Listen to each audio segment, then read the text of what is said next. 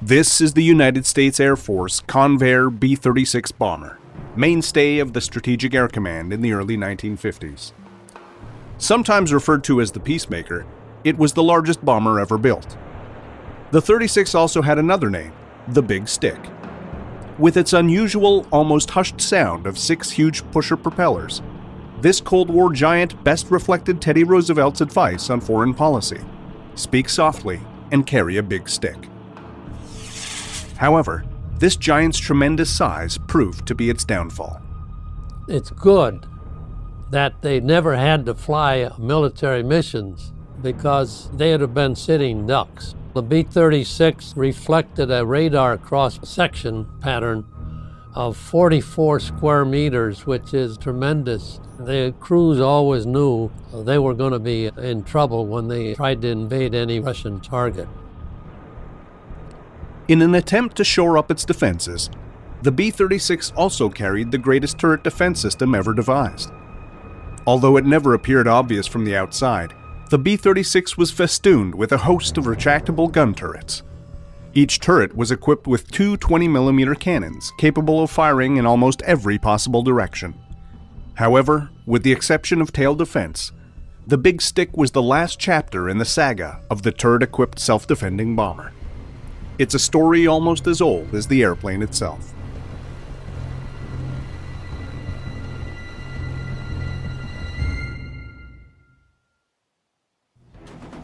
It was a run-and-gun battle 1,200 miles long. High above Germany, they fought against the Luftwaffe's deadliest fighters. Armed with the most sophisticated turrets ever devised, the air gunners from the United States Army Air Force and the Royal Air Force not only battled for their lives, but for the success and key to Allied victory, strategic bombing.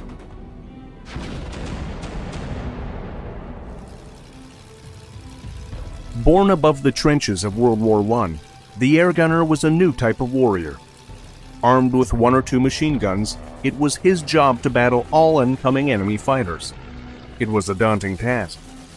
Sub-zero temperatures, turbulence, and icy slipstream winds made aiming very difficult.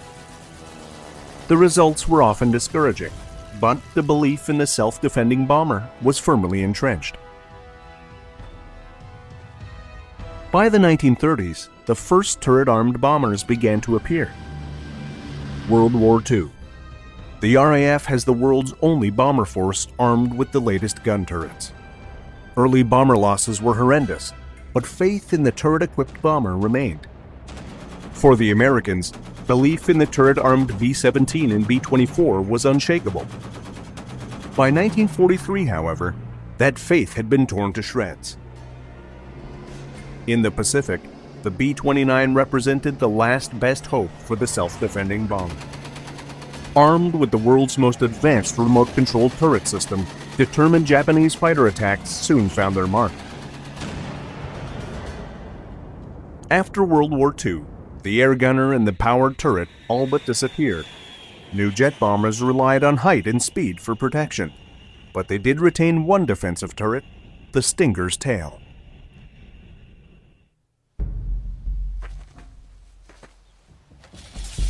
Just 8 years after the Wright brothers first took flight, the air gunner was born. June 7, 1910. 2 men flying a Model B Wright Flyer fire a Lewis machine gun while airborne. For Lieutenant Thomas DeWitt Milling and Charles de F. Chandler, it was a straightforward experiment. Sitting side by side, DeWitt flew the Model B while Chandler fired a full drum of 47 bullets from his machine gun. It was a remarkable feat. Roughly 12% of the bullets found their mark. European tests soon followed. November 27, 1910. Pilot Marcus D. Manton and gunner Lieutenant Stillingworth fire a Lewis gun from their Graham-Witt biplane. 25 rounds result in 11 hits. A second longer burst of 47 rounds was less successful, with just 15 hits. These 2 experiments represented a radical shift in military capability. For the first time, armed aircraft were capable of killing from the air. Soon, they would be one of the most destructive weapons ever devised. World War I. At the outbreak of hostilities, all the warring nations were equipped with aircraft, but very few were designed to carry a machine gun. One exception was the Vickers FB5 Gunbus. As the world's first operational fighter, it required an observer gunner to make a kill. The most effective way to mount a machine gun was to put the engine in the rear, with the observer gunner up front and the pilot directly behind. Moderately successful, the FB5 and other pusher types would be rendered obsolete with the introduction of the Fokker Eindecker in July 1915. The Fokker Eindecker, the world's first true fighter. Using synchronized gun gear, it was capable of shooting between its propeller blades. The advantages were enormous. Guns mounted in front of the cockpit were well placed. Straight-line aiming was now possible. Success was immediate, and so was the response. British and French reconnaissance aircraft added more free-mounted machine guns for self-defense. Flying solo often meant certain death. Staggered formations were devised to give small formations of aircraft covering fields of fire. But it wasn't enough. Fighter pilots, on both sides, learned to avoid the rear gunner's field of fire. For the observer gunner, it was an extremely difficult task. Battling icy slipstream winds and paralyzing cold, rear gunners often fought a losing battle. Many observer gunners learned their craft on the job. Hitting a fast-moving aircraft from another moving machine proved extremely difficult and would remain so well into the Second World War and beyond. By 1915, the Royal Flying Corps realized a new training program was needed. New qualifications were laid down. New observer gunners were now capable of not only defending their aircraft, but were trained to use cameras, send wireless messages, and direct accurate artillery barrages. By 1917, the pusher had all but disappeared, replaced by the more efficient tractor type. One of the best two-seaters was the Bristol F-2B fighter. Nicknamed the King of the Two-Seaters, it quickly became one of the most successful fighters of the war. With a forward-firing machine gun and two in the rear, the F-2B had an extremely effective 1-2 punch. 126 observer gunners alone claimed ace status while flying in the F-2B. As the war progressed, new and larger bombers entered service. The de Havilland DH-4 day bomber, the Handley Page O-100 heavy bomber, and the giant Zeppelin Staaken 4-engine heavy. All had multiple gunners, but it was never enough when faced with a determined fighter opposition. By war's end, the observer air gunner's role and equipment remained relatively unchanged. The gunner's cockpit was still open to the elements. Oxygen was still experimental. The rifle-caliber machine gun was still in use, and protective clothing consisted of layers of leather, fur, and canvas. 20 years later, early Second World War air gunners faced some of the same problems, but help was on the way. The impact of the airplane on the World War I battlefield was minimal. What did emerge was the vital role of the air gunner and the influence it would have on any future bomber design. The German bombing of London during the First World War introduced a new kind of warfare: strategic bombing. Men like U.S. Brigadier General Mitchell and Britain's Chief of Air Staff, Major General Sir Hugh Trenchard, firmly believed the best defense against any attack was to bomb the aggressor's capacity to wage war. Destroy his factories and cities, and peace would soon follow. Theory, however, was far from reality. In June 1930, the Handley Page Hayford was the RAF's most advanced bomber. A fabric-covered biplane, the Hayford's performance and bomb load was pitiful. A new type of bomber was needed. In 1932, the Glenn L. Martin Aircraft Company introduced the revolutionary Martin B-10 monoplane bomber. When the Martin B-10 bomber was introduced in 1932, it revolutionized bomber design. It was an all-metal monoplane bomber, tractable landing gear, variable pitch propellers, It had enclosed cockpit for the pilot and the first turret mounted on the nose. Now, it wasn't powered, but it was manually operated and gave the gunner full enclosure from which to operate. It had a high speed, about 215 miles an hour.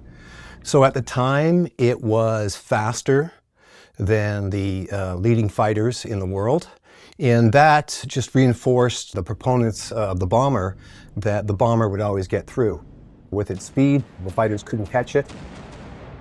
With its armament, even those fighters that did get close to it would be shot down, and the bomber would get to its target. Across the Atlantic, the RAF introduced the Boulton-Paul Overstrand bomber, equipped with the world's first powered turret. Mounted on the nose, it was a major step forward and received worldwide attention. For gunners, it was a marvel. Seated in a draft-free, heated enclosure, gunners achieved a hit rate of 55% against towed targets, compared to just 15% using scarf rings in open cockpits. But it was far from perfect. Powered by compressed air, it had a slow rate of rotation and could only defend the bomber from head-on attacks. To solve the problem of turret propulsion, the British turned to a French design that combined electrics and hydraulics. The self-contained hydraulic generator, powered by an electric motor, was confined to the rotating portion of the turret. As a self-contained unit, it provided the gunner with a comfortable seat and sealed gun apertures. Remarkably, the French aircraft industry and government were not interested in the design. Britain was more than happy to acquire the license for the turret and quickly instructed their firms to produce competing designs. Bristol, Frazer-Nash, and Boulton-Paul all responded with new powered turrets. Surprisingly, Germany's aircraft rearmament program in the 1930s did not include powered turrets. Major advances in airframe and power plant development produced bombers like the Heinkel HE-111, Junkers Ju-87, and the multi-role Junkers Ju-88. The Germans believed that speed, altitude, and handheld rifle caliber machine guns would defeat any fighter attack. The Junkers Ju-86, the Luftwaffe's first monoplane bomber. Introduced in 1934, the Ju-86 incorporated a number of new self-defense innovations. The nose was fully enclosed with a manually manipulated front turret. A retractable dustbin turret provided lower defense, and the dorsal position was partially enclosed. Just as the new monoplane bombers began to enter service, a new and bold aerial experiment began to unfold over the skies of Spain. In 1936, Spain erupts into a savage civil war.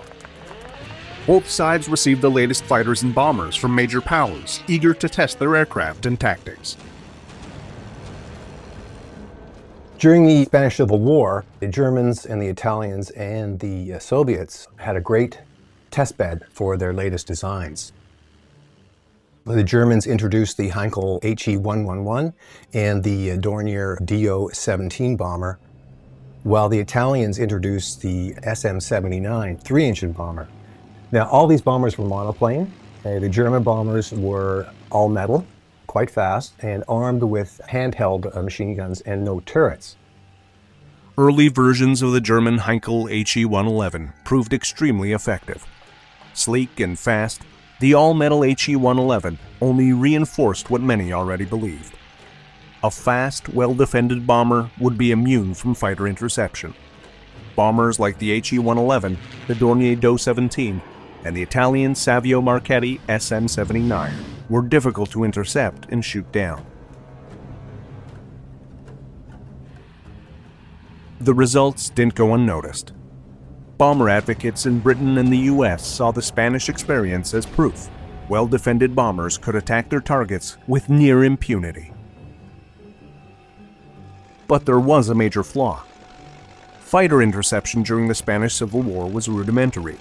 There was no radar, with both sides relying on ground observers to spot incoming raids. Fabric-covered biplane fighters like the Fiat CR-32 and Polikarpov I-15 found it difficult to reach the high-flying monoplane bombers. Now, one of the key things you have to remember about bombers and fighters is interception. For a fighter to intercept a bomber, it had to have a lot of lead time. You had to know the bomber force was coming. The fighter had to climb to altitude and get into position to shoot the bomber down. Now, in order to do that, the folks on the ground had to know the speed of the bombers, the height of the bombers. So for a fighter to get off the ground, climb to altitude, and reach a bomber formation was extremely difficult, especially in the Spanish Civil War. There was no radar, and the warning for bomber raids were visual. So by the time a visual sighting was made and interceptors took off, the bombers were well on their way home. The other problem was the fighters, their speed, comparison to the bombers, was sometimes slower. So in order for them to intercept, they had to get up to height and be above the bombers and dive on the bombers in order to intercept. So for the Germans and the Italians, the lessons they learned from the Spanish Civil War was that their fast bombers armed with handheld machine guns were enough to get to the target and bomb the target. The lessons learned in Spain would have a direct effect on the use of air power at the outbreak of World War II and beyond. In the United States, turret development before 1939 was slow to non-existent. Even the famous B-17, when it first appeared, did not have powered turrets. American attitudes at the time considered turrets to be too heavy and too complicated. September 1939, the German Blitzkrieg begins. The Royal Air Force has the only strategic bomber force equipped with the most advanced turrets in the world. Bombers like the Vickers Wellington and Armstrong Whitworth Whiteley are equipped with nose and tail Fraser-Nash powered turrets. The Bristol Blenheim had the Bristol Mark V center turret. With just 5 squadrons of Wellingtons and 9 with the Whitley, it's hardly a strategic force. Many believed, however, that the bomber, armed with powered turrets, would always get through. A belief that was based on nothing but faith, political expediency, and fear. The British also developed the world's first powered turret fighters, the Boulton-Paul Defiant and Blackburn Rock. Both were 2-seat single-engine fighters with no guns in the wings. The Defiant and Rock were never designed to engage other enemy fighters. Their sole purpose was to shoot down unescorted enemy bombers using their powered turrets. Both aircraft never got the chance. Against enemy fighters, both the Rock and Defiant suffered heavy losses. It rather looked like a Hurricane, and they were going to fit a turret on this fighter and mix it with gaggles of Hurricanes, hoping that it would surprise their enemy fighters. Indeed, initially that was true, but it didn't take them long to twig this, and they also twigged that it had no forward-firing armament. So it was a very short period of, if you like, success.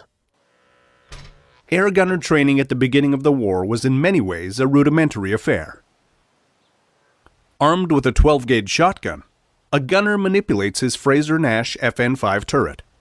Clay pigeons are used to sharpen the gunner's aim and fine-tune his turret manipulation skills.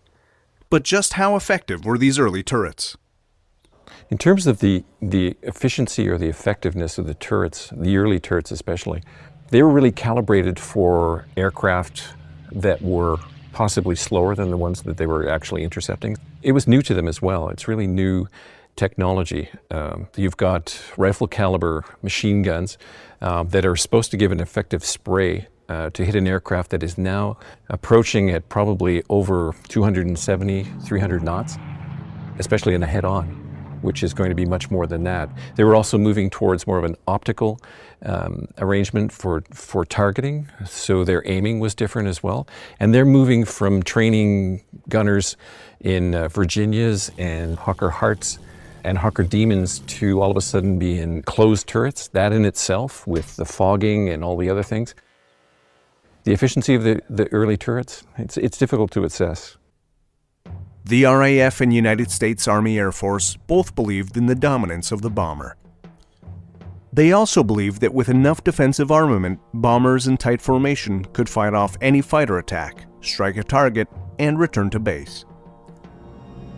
Early results were not promising. Raids on German naval targets by Blenheims and Hamptons suffered heavy losses. Poor formation keeping and inadequate defensive firepower were to blame. December 18, 1939. 24 RAF Wellingtons target German warships off Wilhelmshaven. The weather is perfect.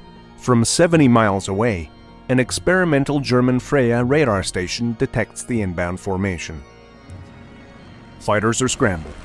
The Fraser-Nash turrets, armed with just two 303-inch caliber machine guns, are not enough. Cannon-armed BF-109s and ME-110s rip the Wellington formation apart, shooting down 12 over the target. 6 more crash land after reaching the English coast. It's a devastating blow. Further losses during the battles for Norway and Denmark in April of 1940 force Bomber Command's hand. With few options and no long-range escort fighters, RAF Bomber Command changes tactics and turns to night bombing. Well, the decision by the RAF to turn to night bombing was obviously in response to being heavily mauled, especially during the Battle of France. Some of their light bombers were really decimated. So they knew that they could not defend themselves against any fighter force or even anti-aircraft. There was no fighter at that point that could defend the bombers. But it was an interesting decision because with the accuracy of bombing at that time, night bombing increased the level of inaccuracies, if you will. Getting close to the target at that point was probably 30 miles from the target. Whereas when we go later into the war with radar, they're bombing within feet with their precision bombing. But it was an interesting decision, but I think it was really precipitated upon the fact that they had developed fighters that weren't escort fighters, they were interceptors, and they were turning to strategic bombing, which was not the same way that it was in 1918 when they had first started it. The Boeing B-17. No other aircraft represented the idea of the self-defending bomber better than the mighty B-17. July 28, 1935, Seattle, Washington. The Boeing Model 299 takes flight. Bristling with multiple machine guns, the Seattle Times dubs the new bomber the Flying Fortress.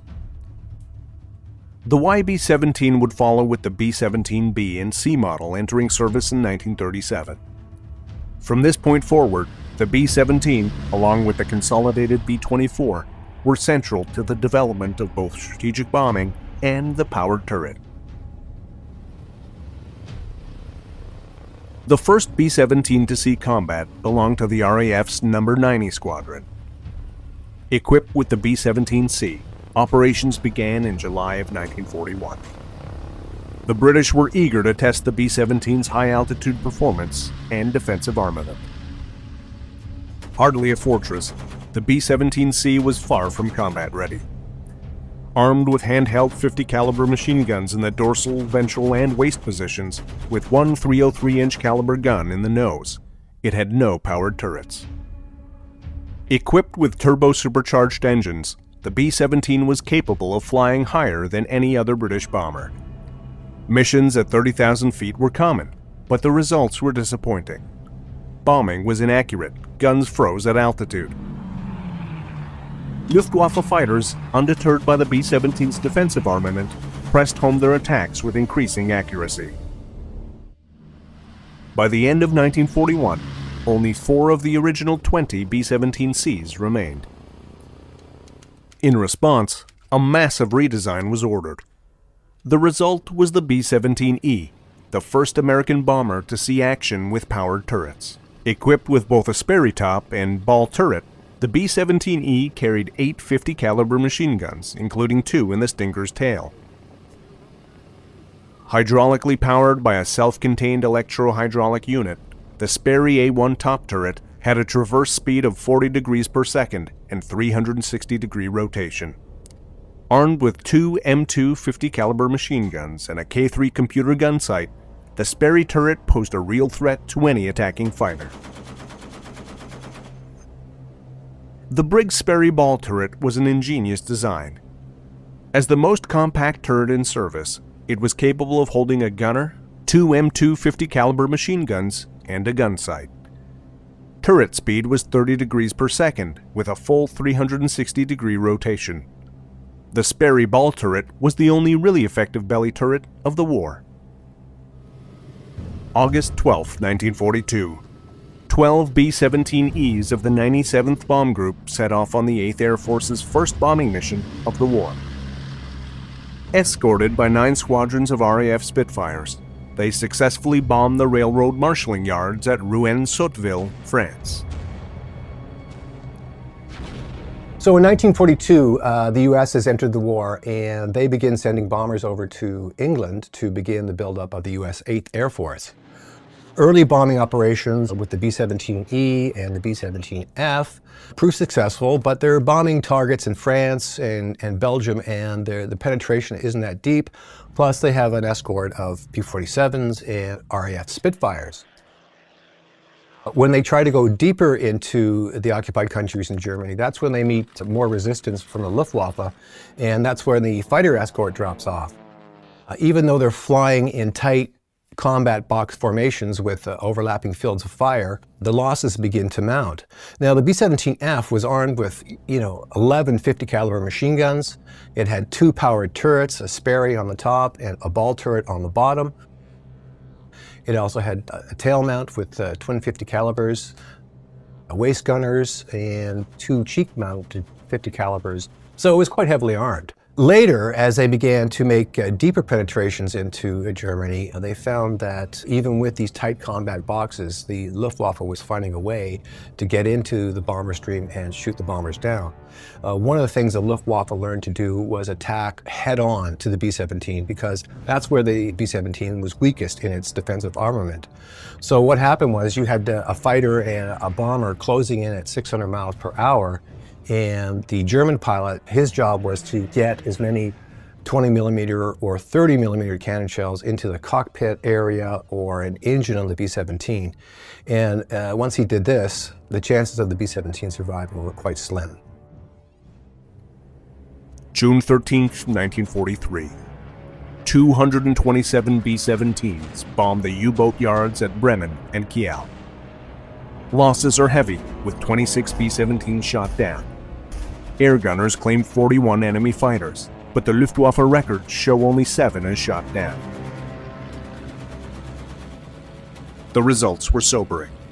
Even with the most advanced powered turrets of the time, B-17s flying in tight defensive formations were still vulnerable to determined fighter attacks. As losses mounted, USAAF commanders searched for an answer. The RAF and USAAF went into World War II with the fervent belief that the bomber would always get through. No matter how dense their opponent's air defenses, bombers would still be able to slip through and wipe out their intended targets. However, against the determined opposition of the Luftwaffe, it wasn't long before they were questioning their faith in this military doctrine. Even with the most sophisticated turret defenses of the time, bomber losses were heavy. As the Allies clawed their way deeper into Europe and looked to make a decisive blow against Japan, they could not be complacent. New strategies and technology were needed to ensure victory against 2 ever more desperate and deadly enemies. When the USAAF began their bombing campaign in Europe, the hope was that tightly boxed formations of heavily armed B-17s would be almost impenetrable to German interceptor attacks. However, the Luftwaffe's fighters always seemed to find a way to crack the defenses of the flying fortresses. As losses mounted, USAAF commanders searched for an answer. One idea they come up with is to create a B-17 gunship, the YB-40. So what they do is they add another top turret to the B-17. The waist gun position is increased to 2 50 caliber machine guns. They're power assisted. They also mount a chin turret on the front of the B-17, throw a whole bunch of ammunition into it, and what they do is they were inserting these YB-40s gunships into the formations of B-17s as they went to Germany, and their job was to add extra firepower into the formation. Unfortunately for the YB-40, once the bomber formations had released their bomb loads, their speed increased, but the YB-40s didn't, so they tended to get left behind and were extremely ineffective. At the end of the day, I think they managed to shoot down two Luftwaffe fighters in their appearance in the European theater. So their appearance is short and they make a quick exit. As an escort gunship, the YB-40 was a complete failure. 48 sorties were recorded. Just 5 German fighters were claimed shot down for the loss of 1 gunship. The extra weight of guns and additional turrets slowed the YB-40. After bomb drop, it could not keep pace with the rest of the formation. Despite the failure, the Bendix chin turret was incorporated into the new B-17G, giving it a total of 12 50 caliber machine guns. In Germany, turret development soon caught up with the Allies. Known as the Scrooge of the Atlantic, the Focke-Wulf FW-200 was one of the most heavily armed 4-engine bombers to see Luftwaffe service. Equipped with a forward dorsal-powered top turret, the FW-200 was armed with up to 3 20mm cannons, 2 7.92mm waist guns, and 1 rear dorsal 13mm machine gun. It was a formidable opponent, but it had a weakness. Structurally, there was some weak point in the fuselage because there are quite a number of cases of this aircraft landing quite heavily laden at times and breaking midway down the fuselage. I've seen at least 3 photos of this happening at Bordeaux-Merignac, where the Focke-Wulf 200C, the Courier, was based for anti-Atlantic work. The Heinkel HE-177. Reaching service in October 1942, the HE-177 was heavily armed. It was the first and only heavy German bomber to mount a remote-controlled dorsal turret, long before the B-29 appeared. Even with 720mm, 13mm, and 7.92mm cannons and machine guns, the HE-177 was restricted to strictly maritime and nighttime bombing operations. The Messerschmitt Me-410. Designed to replace the Me-110, the Me-410 was the first twin-engine fighter to be equipped with an advanced rear defense system. Operated by the rear observer, this remote gun system provided good protection over the entire rear hemisphere with very little drag. During 1943, the B-17F bore the brunt of early deep penetration raids into Germany. Losses were horrendous. American commanders clung to the idea of the self-defending bomber, despite the staggering losses. Even with the introduction of the B-17G, with the chin-mounted Bendix turret and improved tail turret, it was still vulnerable to fighter attack. Like the B-17, the consolidated B-24 Liberator entered service with more handheld guns than turrets. Entering RAF service first, British B-24s were equipped with 2 Bolt-and-Paul top and tail turrets. Each was armed with 4 .303 caliber machine guns. In early combat, the B-24, like the B-17, was vulnerable to head-on attacks. The B-24J model addressed the problem with a nose-mounted Emerson or consolidated turret, armed with 2 50 caliber machine guns. It also carried a Martin top turret, Sperry ball, and a consolidated tail turret. Even with 4 powered turrets, the B-24 was still vulnerable against determined Luftwaffe fighter attacks. In the end, the massed formations of B-17s and B-24s could not defend themselves.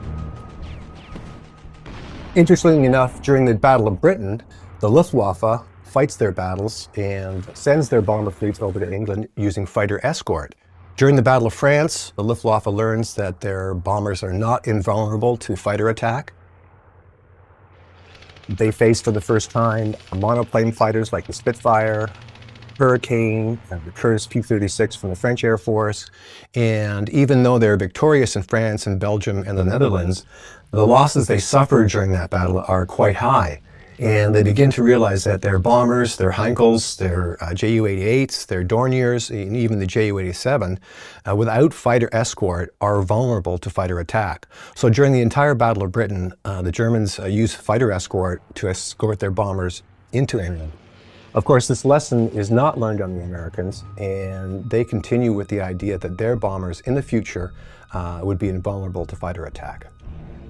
By late 1943, the solution was clear.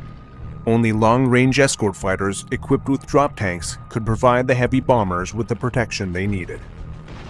In over 3.5 years of war, the USAAF lost 6,866 bombers to fighters, flak, and accidents. As the Americans pounded German targets by day and the RAF used the cover of darkness to attack Germany at night, losses to the Luftwaffe night fighters began to rise. New 4-engine bombers like the Short Stirling, Avro Lancaster, and Handley Page Halifax were introduced starting in 1941. Each was equipped with 3 power turrets, but it wasn't enough. The Short Stirling was the first RAF heavy bomber to enter service. Equipped with Fraser-Nash nose, dorsal, and tail turrets, it was armed with just 6 303-inch caliber machine guns. The Handley Page Halifax. Introduced in 1942, the Mark I was equipped with the Boulton-Paul nose, mid-upper, and tail turrets. The Boulton-Paul Type E rear turret was the most heavily armed with 4 303-inch machine guns, and one of the most successful turrets ever produced. It also has to be remembered that the British bombers, like the Short Stirling, Handley Page Halifax, and Avro Lancaster, were all designed to be day bombers. So when the British adopted their night bombing techniques, they were using a bomber force that was largely equipped for daylight operations. Now, all the new heavy bombers that the British introduced in 42, they were all equipped with powered turrets, but they were armed only with Browning 303-inch machine guns, which were basically rifle caliber guns. It was a weak armament, and they hadn't really studied how the turret defenses would work at night, because now at night the bombers would be flying as individual aircraft. They would not be flying in formation and have the mutual protection of a large number of guns and overlapping fire. So they had to figure out how to use their trained gunners and turrets at night, and that was a very difficult process. Developed from the failure of the Avro Manchester, the Avro Lancaster was the supreme bomb carrier. Powered by 4 Rolls-Royce Merlins, it was equipped with Fraser-Nash turrets in the nose, mid-upper, and tail positions. Like the Stirling and Halifax, it was one of the most lightly armed heavy bombers of the war, just 8 rifle caliber 303-inch machine guns. Designed as a day bomber, the Lancaster's turrets were even less effective at night. German night fighters, armed with 20mm and 30mm cannons, simply outgunned and outranged it. The nose turret was all but useless. German night fighters never attacked head-on. The top turrets saw little action. Tail gunners were the most active, but their contribution was minor. Spotting an approaching night fighter was difficult, let alone shooting it down. It's not so surprising RAF Bomber Command was slow to acknowledge a Lancaster had shot down a speedy Me-262. Eric Wells, in charge of electronic countermeasures, recalls his experience. And in fact, our aircraft shot down an Me-262. The authorities would never allow us to confirm it, but I saw it with my own eyes. My 3 block plotting transmitters were working, so I took a moment to go up to the front, sit by the bomber who was also the front gunner. And as I got there, this aircraft was definitely the M92, and he opened a short burst and the thing just flew up. But the authorities wouldn't accept it. There is a note in my thing, enemy aircraft shot down, but they would not have it as a 262, but it was a 262. The role of RAF gunners at night was far different from their American counterparts. Many RAF pilots did not want their gunners to open fire. Gunners were strictly used as lookouts, warning pilots of approaching fighters. Many pilots used evasive maneuvers like the corkscrew in order to survive. It was either corkscrew left or corkscrew right. When the maneuver was called, it would basically turn hard left or hard right, and then would go down into a maneuver where it would basically do a corkscrew, where it would throw off the enemy fighter's aim and the contact. I mean, at night, it's really essential. The radar will give you an early contact. It'll give you a zone of sky to look for. But until you get a visual and can lock in on that visual, then you're not going to get a really essential aiming point, which is what they were looking for. German night fighter tactics were simple. After locking onto a bomber with their radar, they would approach from below and the rear. They also had a secret weapon. The Heinkel 219, one of the very innovative and successful features it had was Schräge Musik. This was a system whereby on top of the cockpit, just between the two crew, were two 30mm cannon inclined forward at an angle of 60 degrees. With Schräge Musik, you just flew under the aircraft, identified it. If it was the enemy, you then just blasted off with your cannon and you got him under the belly. And the interesting thing is, on the first ever sortie, operational sortie made by the Heinkel 219, it killed 6 Lancasters in one sortie. The British heavies had no defense against attacks from below. A small number of Lancasters and Halifaxes were fitted with the Fraser-Nash FN-64 undergun turret. Aiming through the periscope sight proved difficult to overcome, and it was soon deleted. Just like their American counterparts, British heavy bomber losses began to mount. March 30th, 1944. The RAF sends 795 bombers to Nuremberg. On that clear moonlit night, 95 heavy bombers were shot down. For RAF Bomber Command, it's a complete disaster. Unable to defend themselves, the RAF's heavy bombers were at a clear disadvantage. Even before the Nuremberg raid, RAF loss rates were climbing steadily. To help defend the bombers, the RAF formed a top-secret electronics countermeasure unit. Known as No. 100 Group, its job was to disrupt and jam German radar and night fighter communications. What the turrets couldn't do, they would, with powerful airborne jammers. Flying high above the main bomber stream, specially modified Lancasters pumped out a constant stream of electronic noise. Some of the Lancasters also carried German-speaking personnel. Their job was to tune into Luftwaffe night fighter radio frequencies and give false and misleading instructions. The RAF Lancaster had a normal crew of 7, but the special operator, as we were known as the ABC operator, we were number 8. Our position was a curtain placed right at the bottom steps beneath the mid-upper gunner at the center of the aircraft. Our job was to monitor German frequency. Players had top secret in those days. You go on top of the blip flicker switch, that would eliminate that. I had 3 transmitters, so I could disturb 3 transmissions at the same time. And we were, of course, very vulnerable. First of all, because of the visual antennas, and secondly, because of the fact that we were broadcasting, so they could home on us. But we had they had a device called the Veneto beacon, which would vector them onto us. And we had a device where we could bend that beacon. So instead of it pointing towards us, it bent it, and they were flying alongside us, beneath us, thinking they were on the right beacon.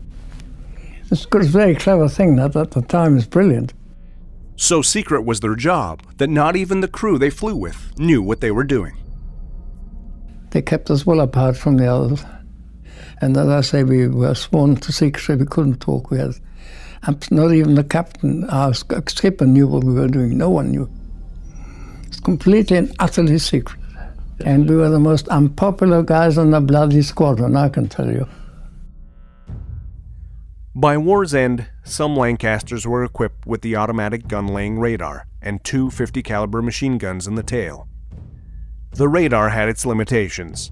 The IFF, Identification Friend or Foe system, had to work perfectly.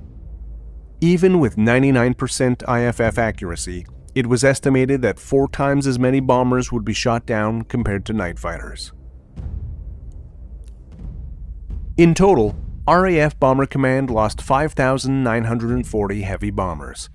In sharp contrast, just 260 of the speedy turretless Mosquito bombers were lost.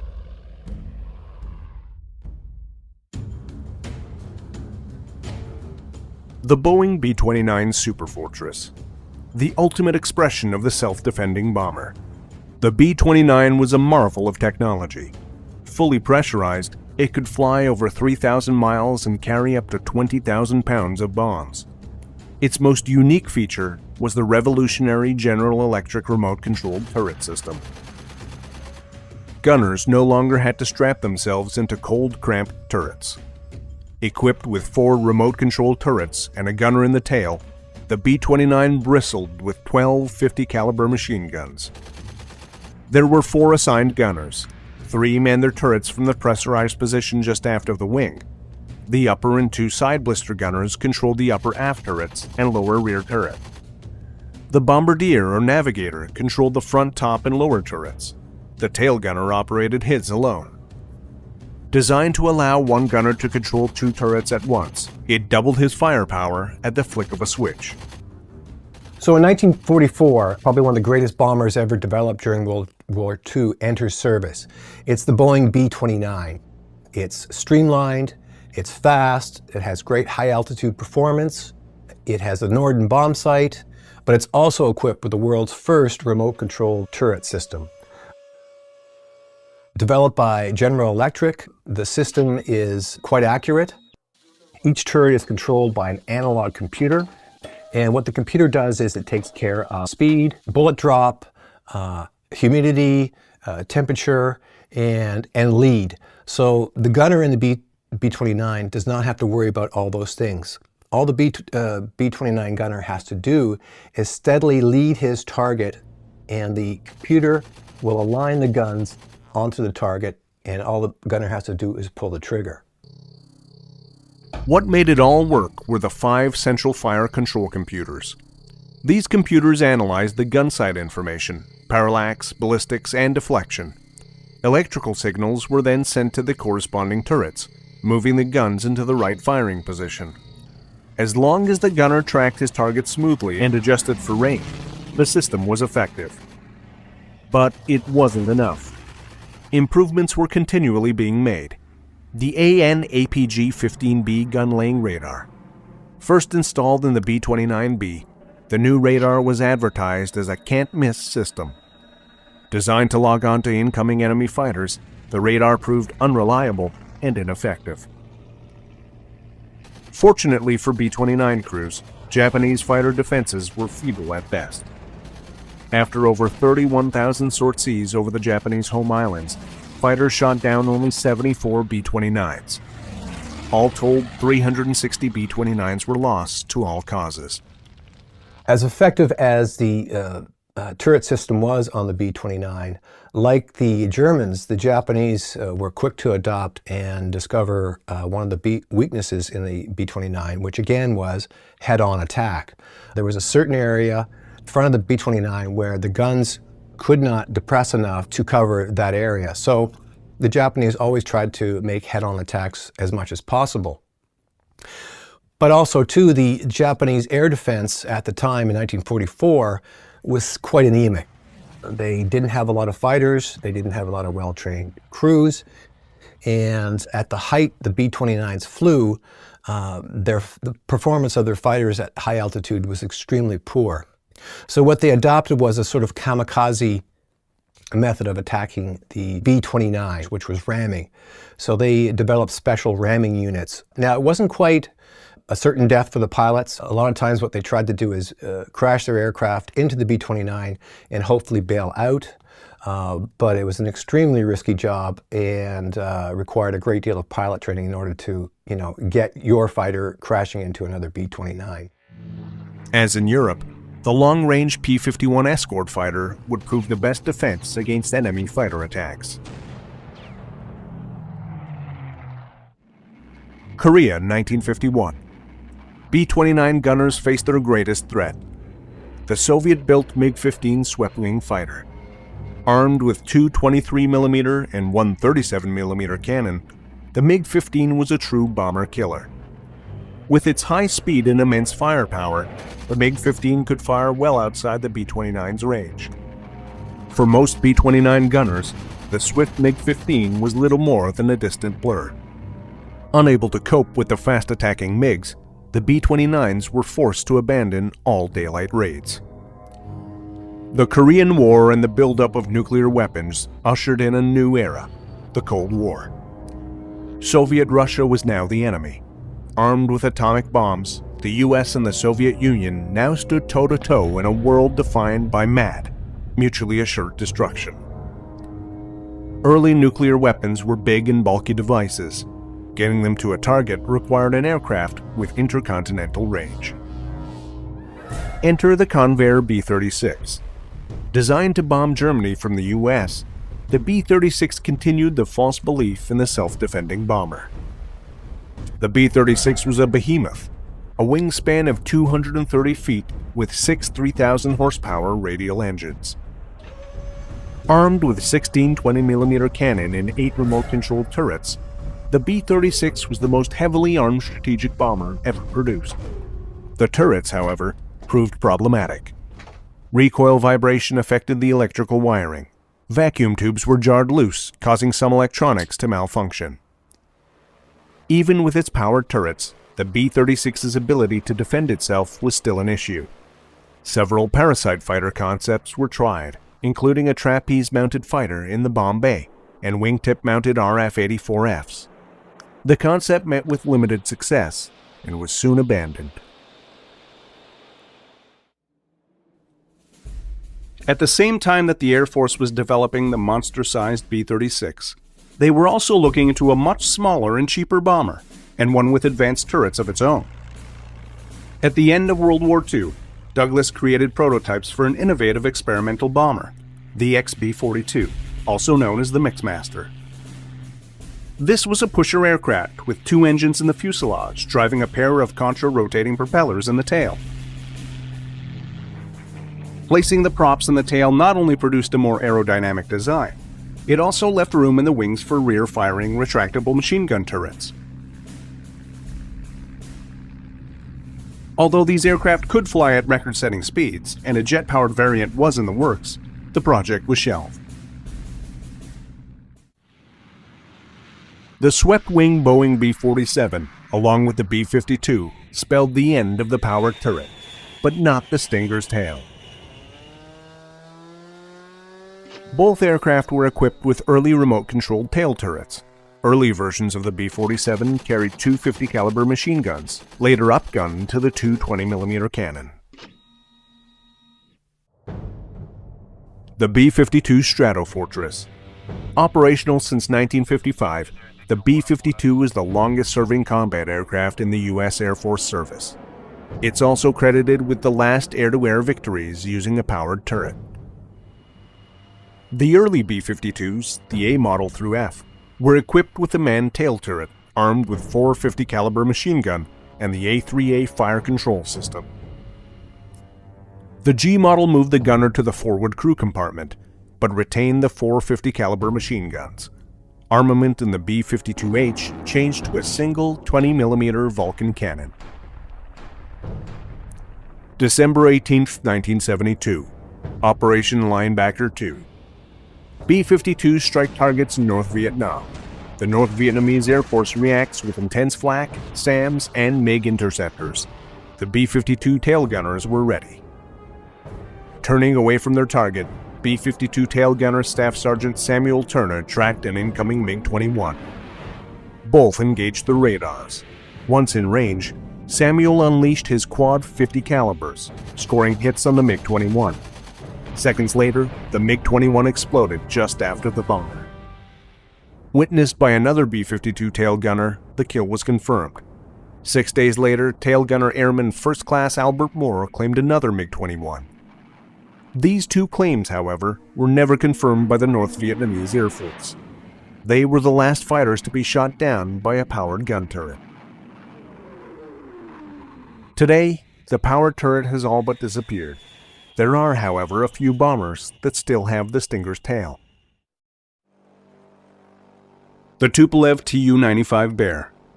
Like the B-52, the Tu-95 is a Cold War classic. A gunner still mans the rear turret, but his job is all but obsolete. Isolated from the rest of the crew, it can be a lonely proposition. Not of the crew. Air Commodore Phil Wilkinson recalls the complications of extracting the tail gunner for a photograph at the Fairford Air Show. The tail gunner. Where was he? Well, answer. There's no throughway through the aeroplane to get to it. And although he was able to climb in whilst at base, he climbed in by going up onto the revetment, opening the hatch and getting in from ground level, as it were. We're now on the ground at Fairford, and he's about 22 feet above the ground. And he can open his hatch, but he can't get out. So eventually, and it took a long time, we found somebody with a ladder, and out he came, and we then had the complete team photo. Today, the strategic bomber relies on speed, stealth, and a vast array of electronic countermeasures for protection. The era of the manned powered turret was a short, unsuccessful experiment. While marvels of technology, they could never overcome the grim realities of air-to-air combat. In the end, it was the fighter that always got through.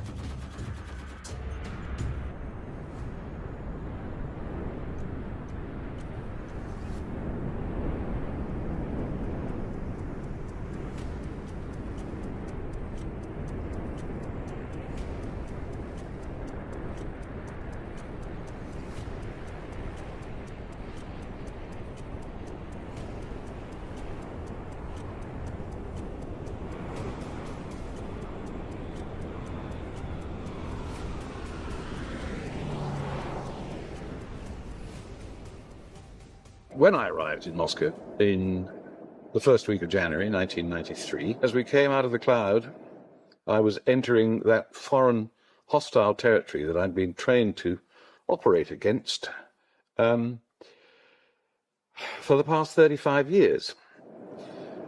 Suddenly there I was in the middle of it all, in the snow. Anyway, I got there and it was the old system. It was the old Russian bear. I was not going to be given too much of a welcome. I had diplomatic immunity, or I would have when I'd been signed in. But nevertheless, I was not expecting a great deal of eager cooperation. And indeed, my task was to see as much of them as I could without annoying them sufficiently to get them really annoyed. The spring of 1994, Paul Boeing, who was then the driving force and the chief executive, as it were, of the RAF Benevolent Fund's International Air Tattoo, alternating in those years occasionally from Greenham Common, but more usually from Fairford down in Gloucestershire. And I got a call saying, we'd really love to have a Russian bear, or preferably 2 Russian bears, come to Fairford. Can you fix it? I said, well, no, but I will go and ask. I suspect the answer is not going to be anything other than niet. They just don't seem to be up for this sort of thing. I phoned, I made an appointment, and I went and I spoke to my man in the UVS, and he said yes. I said, can I just have that absolutely certainly? There will be no objection to a pair of Russian aircraft going to an air display in England in the summer of this year. No, he said, I think that will be okay. So I checked back with Paul Bowen, and he said, that's amazing, that is astonishing. Tell me how the thing develops. So I went back to UVS and said again, they're very happy in the UK, they're very delighted this is going to happen.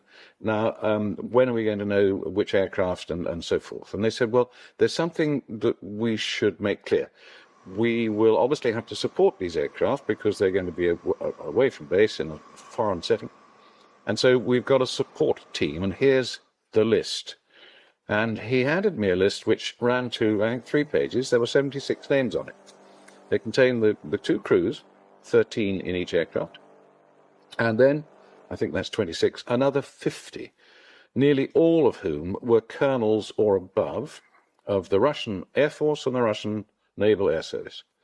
There were a couple of warrant officers and there were some majors, but effectively it was a bunch of boys out for a good trip. They would all be travelling in an Illusion 76, Candid, and all three aircraft would be expected to have full refueling facilities and full tanks before they left the UK, and they would obviously wish for appropriate accommodation, hotel accommodation, and given the current situation, they'd really rather like some spending money for these individuals. So I went back and phoned Paul and said, are you ready for this? I don't know what the fuel capacity is of a Bear, but you're going to have to fill two of them up, and if you want one of them to fly, you'll obviously have to fill it each time it does its display, and we'll have a Candid, and then we've got 76 people who want hotel accommodation, entertainment, and money to spend. And he said, yeah, it'll be okay. So I went back again and said to the Russians, that's fine, it's all agreed, accepted, I've got the list, and I will be sending it to the authorities in the UK so they know who they will have to take in clearance terms, Russian embassy, so forth. Then I had a call from Paul Boeing and said, hey, this is fantastic. And I've got an idea. I want Central TV to send a crew out, probably just a director and a cameraman. But I think we ought to be able to film this from the whole start point in Russia to the arrival in Fairford, displaying in Fairford and going away. I said, well, I can ask. He said, well, could you make sure that the request includes the cameraman flying in the Bear? I said, no, Paul. Well, yes, all right, I'll ask. And I went back to my friend in UAS and I said, right, this is the sketch. They would like a camera team, or a television team with a cameraman to come over and film the expedition, and indeed to film from inside one of the operational aircraft. That's okay, said the Russian, and I was stupefied by this. But I had the presence of mind to say at that stage, well, in that case, since these Russian aircraft will be going as a gaggle of three into British airspace and so forth, and now you've got a British cameraman and so on crawling around the bottom of one of the aircraft, I think you ought to have me on board as a sort of on-board interpreter. You know, air traffic control procedures, air traffic language, there's got to be some guarantee that it'll all be understood and responded to properly. Yeah, okay. So all of a sudden, from what I thought was a complete no chance, we now have three airplanes, two operational Bears, a Candid full of generals and admirals, a TV crew on board one of them, and me alongside as well. And that's exactly what happened. The Russian main airfield outside Moscow, military airfield, Chkalovsky, I rendezvoused with the TV team. We then went out there and we rendezvoused with the Candid load. We clambered on board the Candid and flew up to the naval main station in Kaliningrad, in the enclave on the Baltic shore there.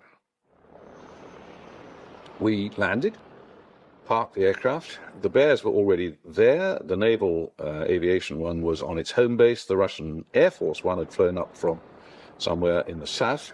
And so the base commander came to meet us and said, hurry along, put your bags in the accommodation because we're going to have a little party.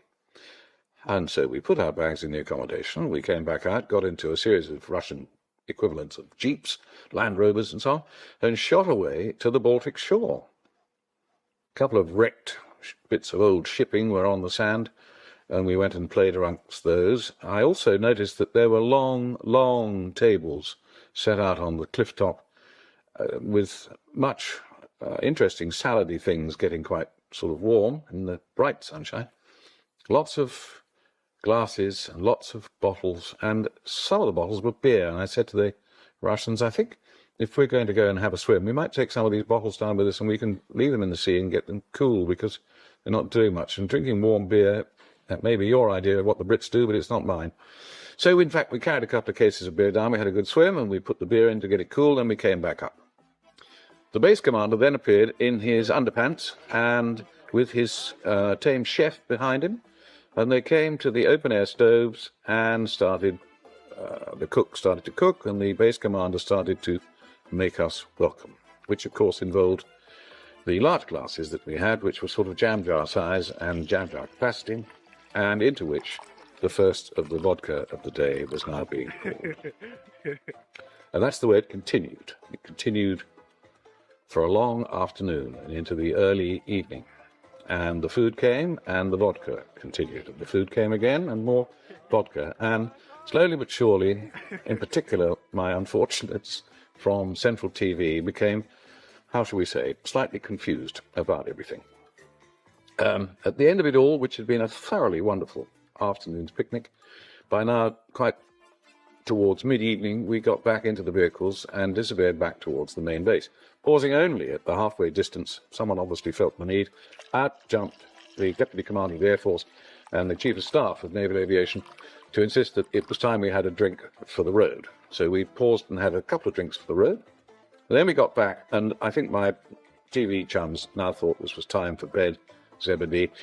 But no, it's time for the banya, the sauna. So we carried forward, stripped off, went into the cabin, were superheated, hit with steam from all directions, with large lumps of birch by a lady.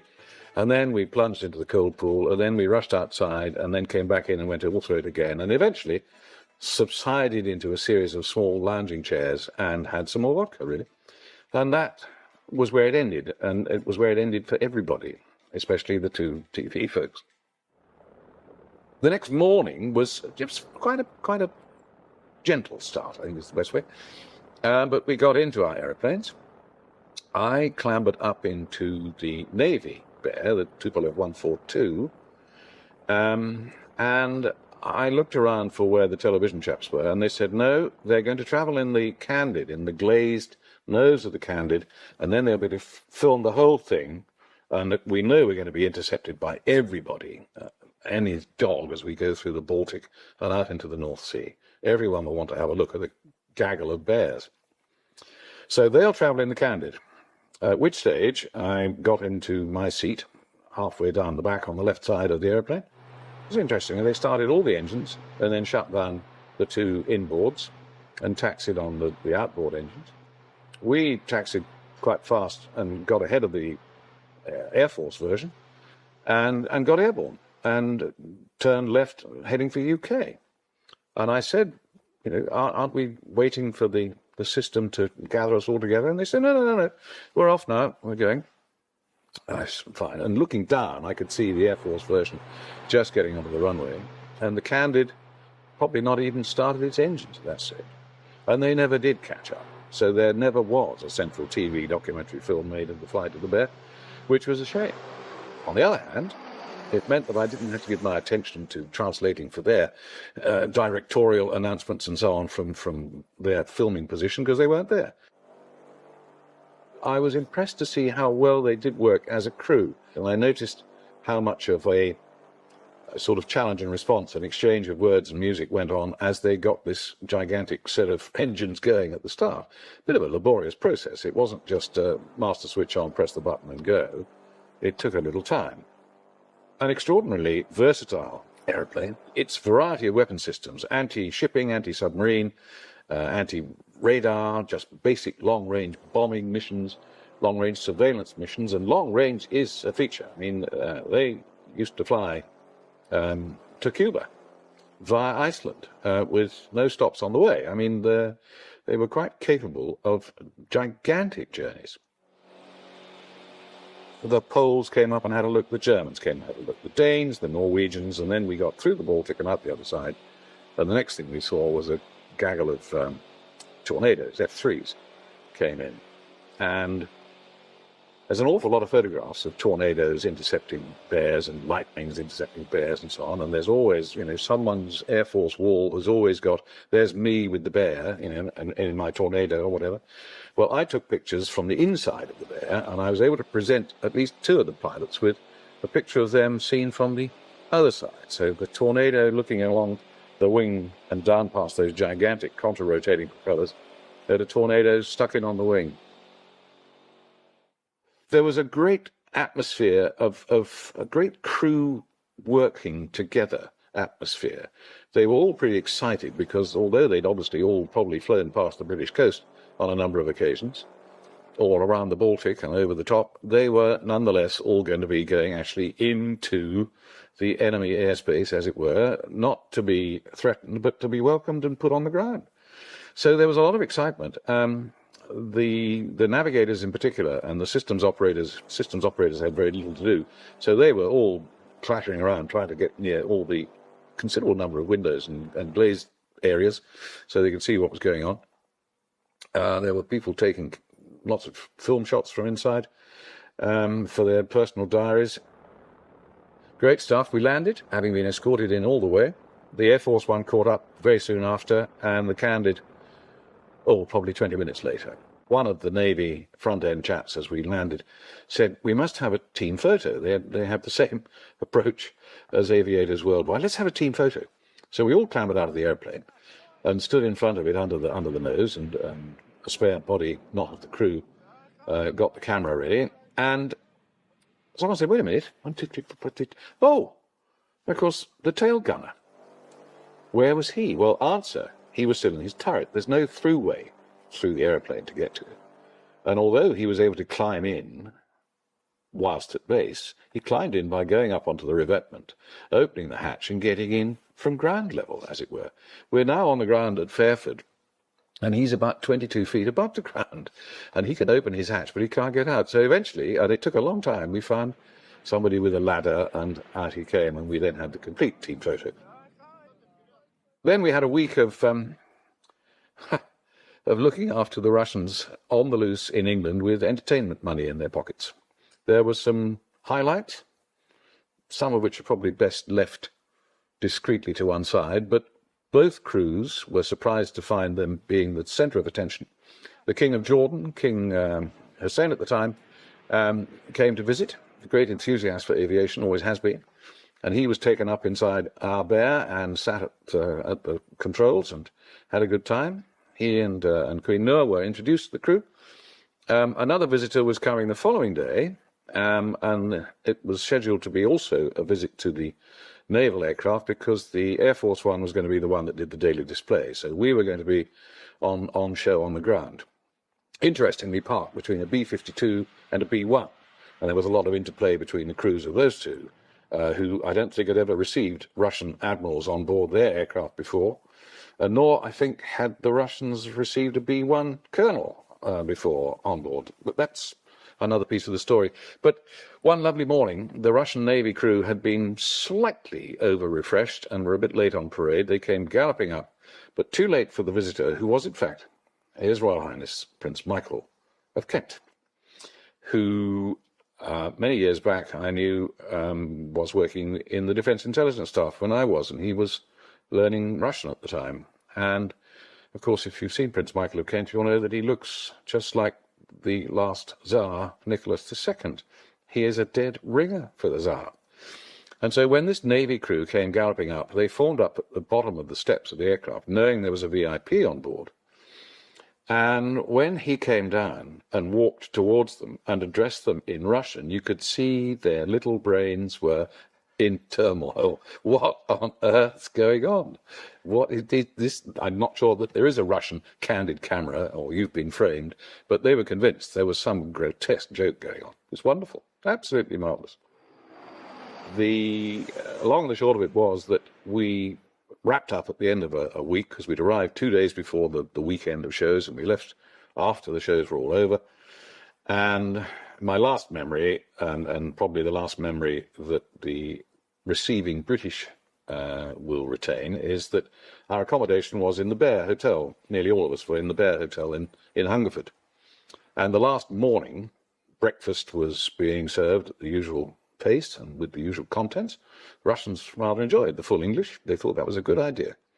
But their own stockkeeping and logistics management had gone to pot, and they'd got no vodka. So they needed some vodka to help the breakfast down. That's the sort of thing you do. And so the Bear Hotel at Hungerford, the hotel manager, I still don't know that he was really feeling that he could do it, but he was asked if he could serve some ice-cold vodka with breakfast, if you don't mind.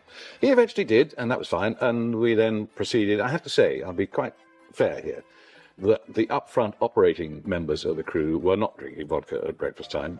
Some of those further down the back were, however, and enjoying it.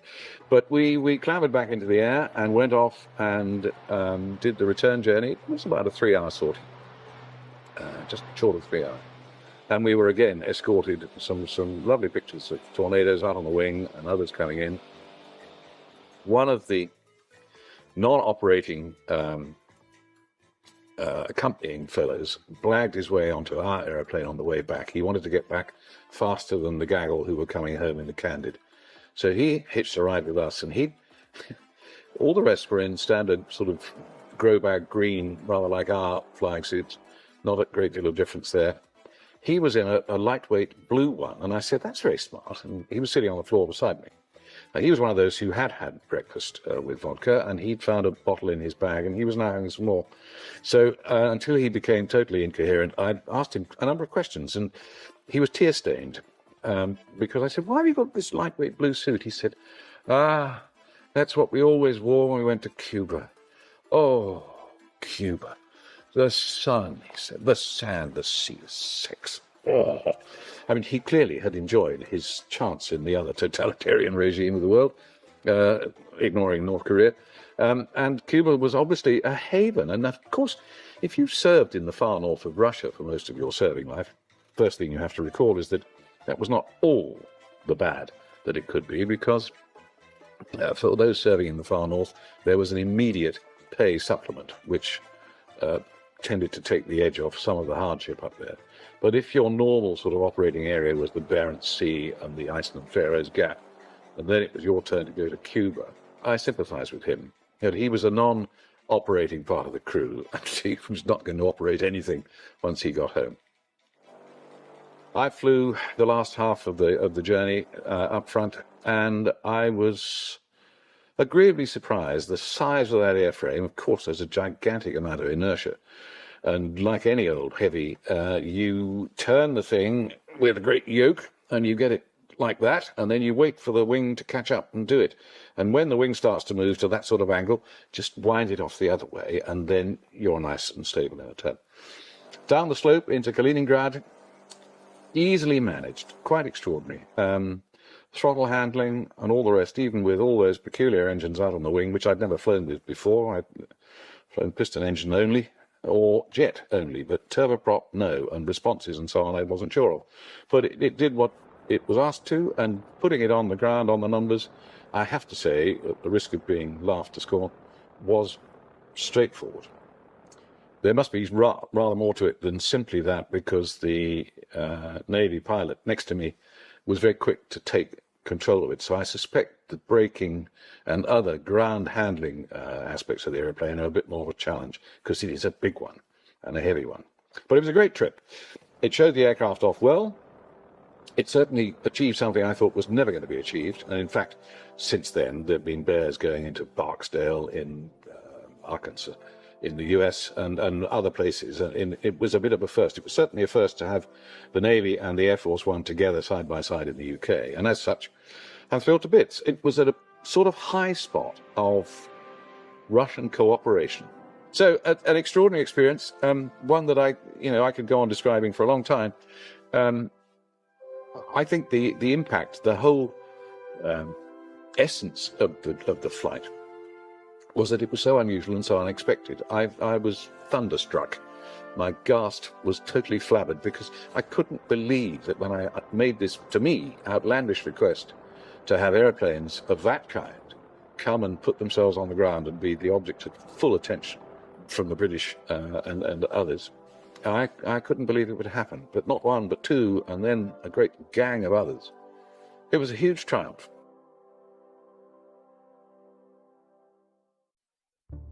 During the early 1900s, as America began to emerge as a global power, Roosevelt delivered a prophetic statement on international diplomacy, advising to speak softly but wield a formidable presence.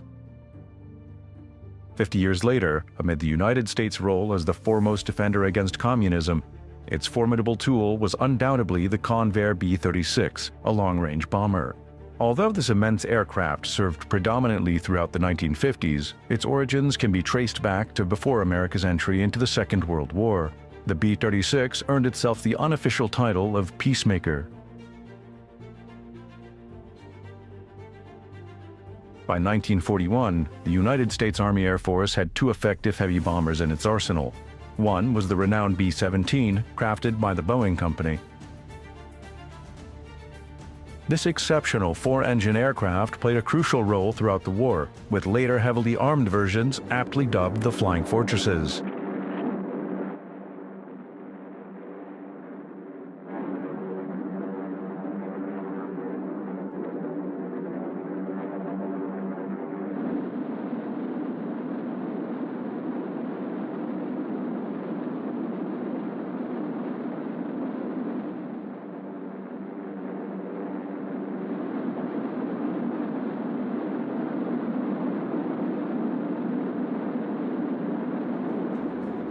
A slightly later addition to the fleet was the consolidated B-24 Liberator. Featuring an advanced tricycle undercarriage allowing for swifter landings, the Liberator served in all theaters of the war. Moreover, its larger, sturdier fuselage facilitated conversion into transport planes, rendering the B-24 one of the most adaptable aircraft in the American infantry. The Liberator, like the 17, was also heavily defended, and it was also able to fly slightly higher than the Fortresses.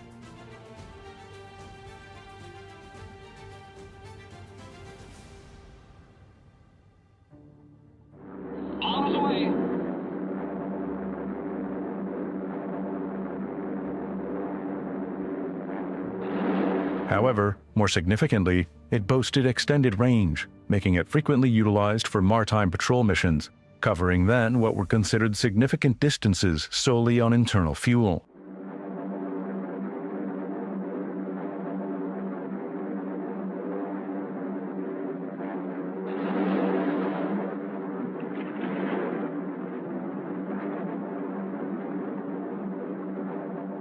Both the B-17 and the B-24 could only complete the journey from America to Europe one way. In 1941, the Army Air Force had also commissioned another bomber, envisioned to surpass its predecessors in altitude and distance capabilities. Another creation by Boeing, the B-29 Superfortress stood out as the most formidable bomber deployed throughout the entire conflict. Despite several hundred being ordered, not a single prototype had taken to the skies.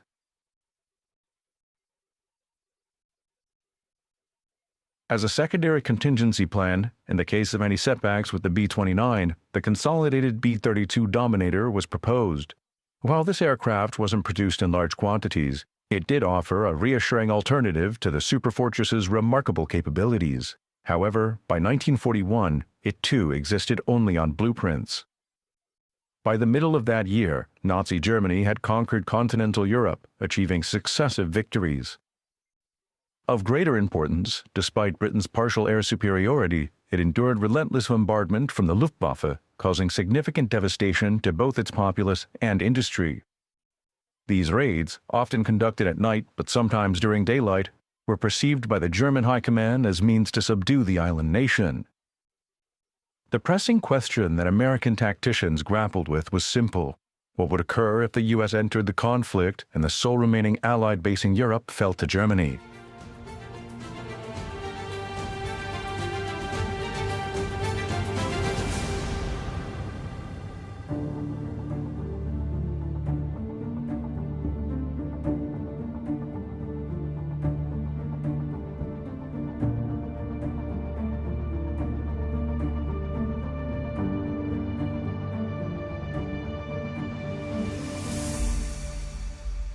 One option American strategists explored was the development of an aircraft with such extraordinary range that it could take off from bases on the American East Coast, cross the entire expanse of the Atlantic to deliver its payload, and then return to continental America without the need for refueling or fighter escort. The American aviation industry had previously created long-range bombers. Among these was an early Boeing endeavor, the XB-15. This aircraft boasted a wingspan of nearly 150 feet, requiring the full power of its four 1,000-horsepower engines to hoist its 35 tons of bulk into the air. The second experimental long-range bomber was developed by the Douglas Company, and the prototype XB-19 was ordered in September 1936. Upon completion, this aircraft boasted a wingspan of 212 feet, surpassing the XB-15 in size. The endeavor required 500 men, 9,000 drawings, 2 million man-hours, and $1.4 million of military funds, ultimately exceeding Douglas's original budget by an estimated $4 million. Undoubtedly, developing colossal aircraft proved to be a costly endeavor. Nevertheless, the XB-19 represented a significant milestone in aviation standards, not just in terms of size, but also in innovation. It was the inaugural aircraft to feature retractable tricycle undercarriage and was designed to incorporate power-operated guns and a turret. If it had entered production, it would have boasted a range exceeding 7,000 miles. The insights gleaned from the XB-15 and XB-19 projects, coupled with the recognition of deficiencies in the aircraft inventory of the early 1940s and the looming prospect of waging a European war from the American shores, prompted the American Defense Department to address the challenge of producing an ultra-long-range heavy bomber capable of making a round trip across the Atlantic. To tackle this, it solicited designs from Northrop and Consolidated. The Northrop design was notably unconventional. The premise behind it was that eliminating the drag effect of the fuselage and tailplane could significantly enhance range. Thus, Northrop embarked on designing an aircraft essentially compromising only a wing, a flying wing. Consequently, on October 25, 1941, an order was placed for 2 XB-35 experimental bombers. The Consolidated design was more conventional than its competitor in shape, but certainly not in size. Featuring an expansive wing area of just under 5,000 square feet, the B-36 necessitated no fewer than 6 engines positioned at the rear of the wing to propel its colossal 163-foot fuselage through the air. On November 25, 1941, an order was sanctioned for 2 aircraft, with the expectation that the first would be developed by mid-1944 at a fixed fee of approximately $800,000 each.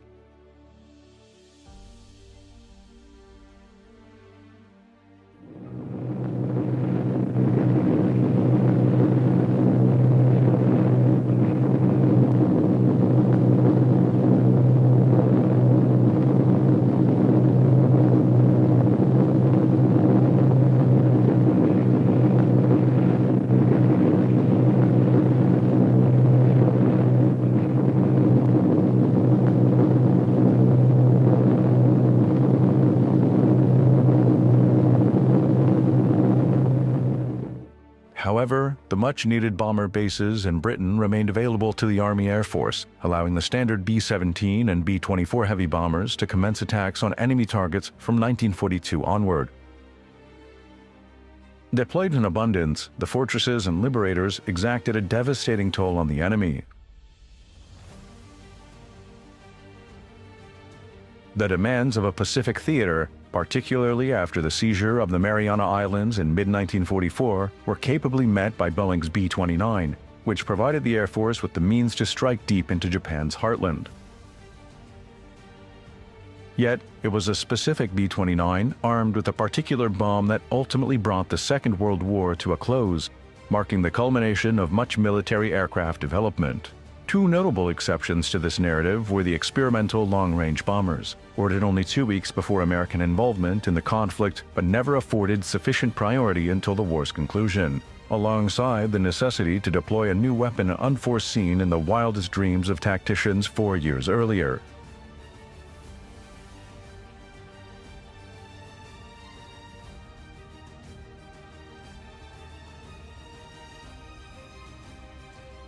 The inaugural Northrop B-35 was actually assembled in an open environment and finalized in June 1946.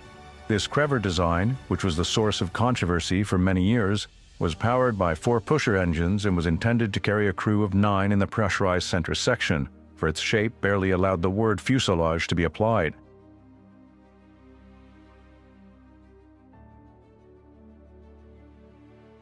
Despite its innovative design, which featured flaperons on the end of each wing instead of a conventional tailplane, the radical new shape of the flying wing was never able to completely overcome stability issues. Nevertheless, the flying wing stands as one of the most ingenious aviation concepts in history.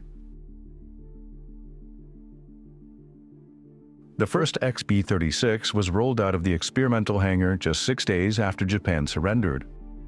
However, it wasn't until August 1946, nearly 5 years after it was ordered, that the Peacemaker was ready for flight.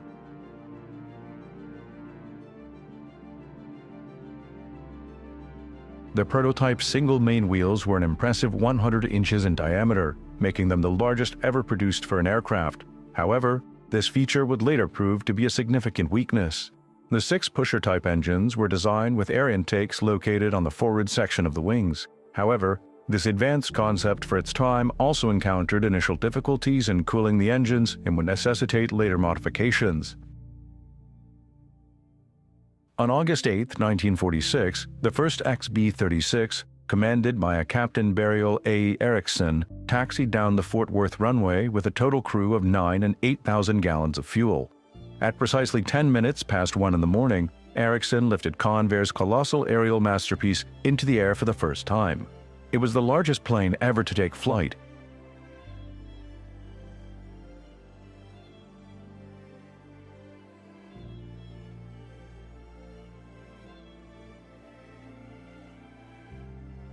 The flight lasted no more than 37 minutes, during which the undercarriage remained in the wheels-down position as a safety precaution.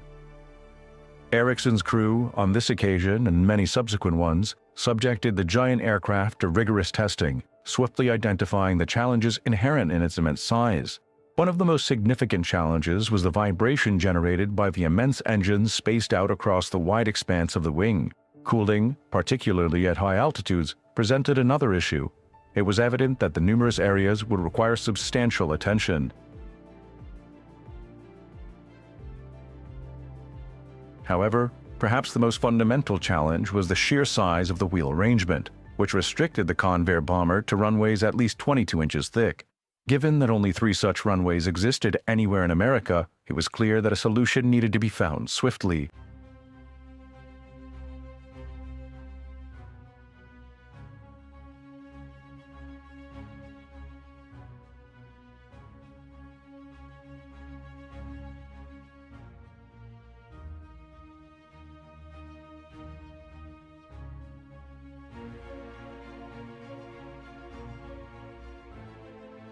The solution emerged in what was deemed another breakthrough, combining 4 56-inch wheels into a group under each wing. This arrangement spread the B-36's tremendous weight over a much broader area, allowing the Peacemaker to utilize runways of half the previously required thickness. Early in the B-36's development, Convair recognized the potential of leveraging its enormous wings and tailplane for the transport version of the Peacemaker's commercial counterpart, the XC-99, which conducted its maiden flight in November 1947. Still, larger again than its bomber counterpart, the 99 was assembled at Convair's San Diego operation, but with wings and other common parts shipped across the nation from Fort Worth.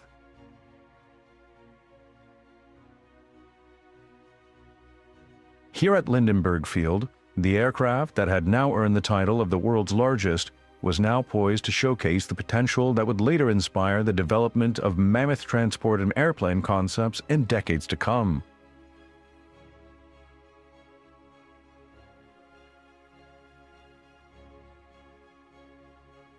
The XC-99 garnered significant attention from Pan Am, which seriously contemplated a civilian version for the West Coast to Hawaii route.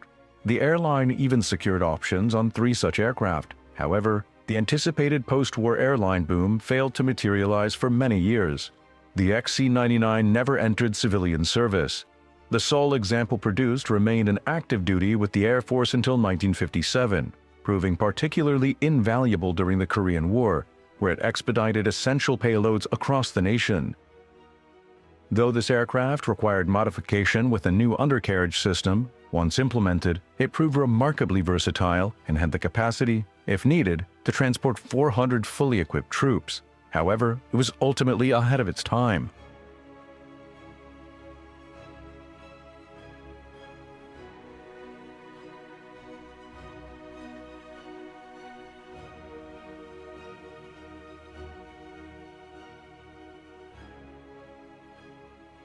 Despite the XC-99's intriguing potential, Convair's primary focus remained on the extra long-range bomber concept.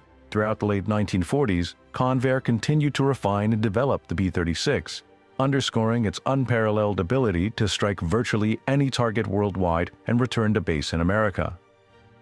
Long range would require many hours of physical endurance for the crew, and therefore inside the 36's massive fuselage, adequate provisions were made for sleeping quarters and a galley, complete with a 2-burner stove. Adequate provisions were always ensured for the crew aboard the B-36. However, the center pressurized section, housing these amenities, was located a considerable 80 feet away from the forward control area, accessible only via a narrow tunnel spanning the distance. Heated food was packaged in specially designed containers for transport between the extensive distances of the 2 pressurized sections. Additionally, the tunnel served as the sole means for personnel to move between crew sections. Given the distances involved, a small trolley was provided to facilitate efficient movement for each member. The size of the B-36 also necessitated unique procedures not previously required by other aircraft. Immediately after takeoff, and before pressurization, a crew member was tasked with examining certain vulnerable areas within the massive interior structure forming the fuselage of the B-36. Only then would the plane be permitted to climb to higher altitudes and proceed with its mission.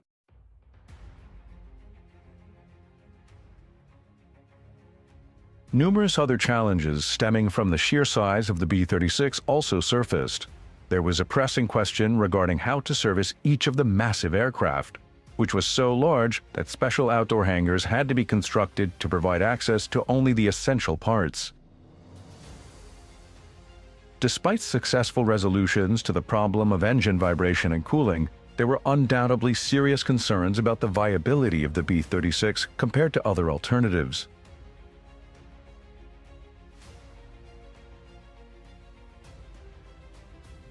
Foremost among these was the upgraded competitor, the Flying Wing, which had transitioned to an all-jet aircraft by replacing its 4 propellers with 8 turbojet engines. Northrop aimed to enhance the speed and viability of its innovative concept, utilizing unique flaperons at the wing's end to compensate for the absence of a conventional tailplane. Another, more conventional competitor to the B-36 emerged from the past, the Boeing B-50. Essentially a standard Superfortress from the Second World War era, the B-50 featured more powerful engines and extended range due to the underwing-mounted fuel tanks.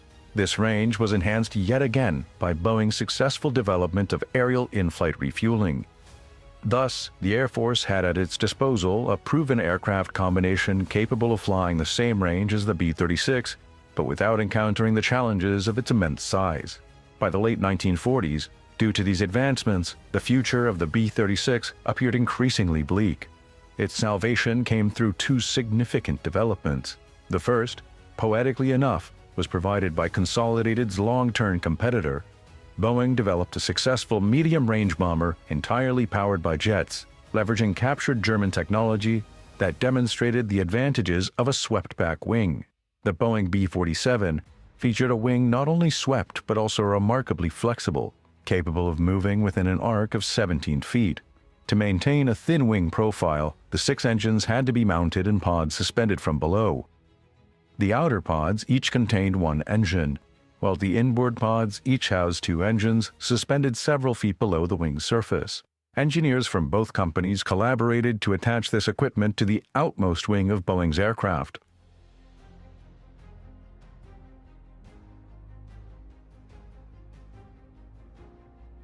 With 6 turning and 4 burning, the B-36 finally began to transition into the jet age. The other event, which was sure to secure the future of the 36, took place on June 24, 1948, when the Soviets closed the gate on Berlin, signaling in one step the beginning of the Cold War. The escalating concerns about communism culminated in an event that jolted the West out of its post-war complacency. NATO forces suddenly found themselves facing a formidable adversary, and the need for an intercontinental bomber swiftly transitioned from hypothetical to urgent reality.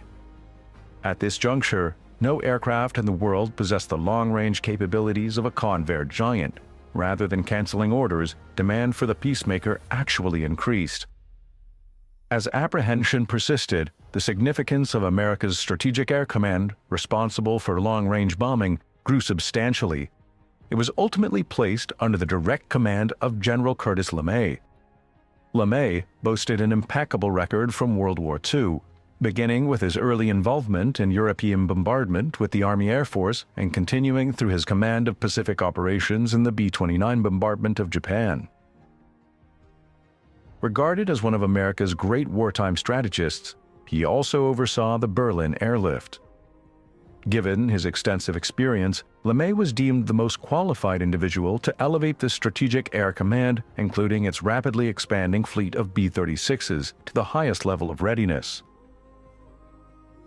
Under LeMay's unwavering leadership of SAC, the American public found reassurance in the knowledge that although they no longer held a monopoly on atomic weaponry, they possessed arguably the most formidable platform for delivery, the B-36. Such was the military's concern for safeguarding its intercontinental bomber that security measures were heightened to a wartime level. Personnel in SAC-controlled rooms were required to carry firearms despite being hundreds of miles within American borders. The protection of America's formidable asset necessitated even mechanics servicing the engines to carry firearms while at work.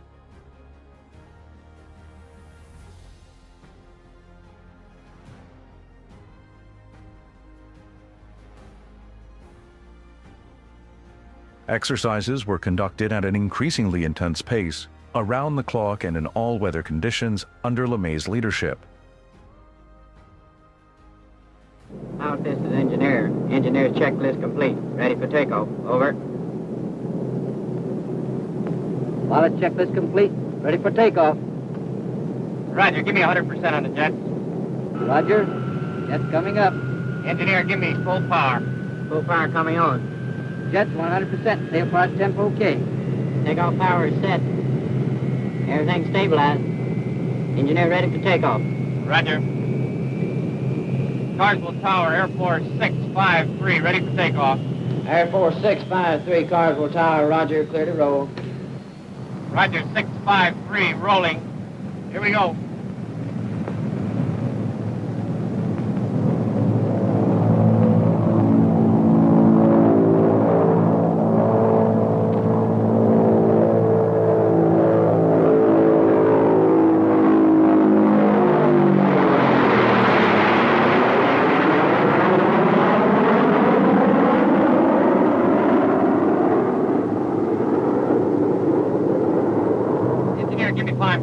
Roger. Climb power coming on. Give me 96% on the jets. Roger, 96% on the jets. Often flying individually rather than in formation, SAC's Peacemakers practiced bombing raids over vast distances with minimal notice. The B-36s utilized the K-1 bombing navigation system for precision accuracy. This sophisticated system comprised 365 vacuum tubes, enabling the B-36 to conduct bombing runs at high speeds regardless of weather conditions. Targets typically consisted of radio signals emitted from special trucks designed to assess the accuracy of SAC's aircraft. Despite the hefty price tag of over $5 million per aircraft, coupled with the K-1 system and LeMay's insistence on relentless training, the combination ensured nothing short of exceptional accuracy. Pilot, this is radar. We're over the IP. Pick up a heading of 197. Bob Flight Air Force 653, over the IP.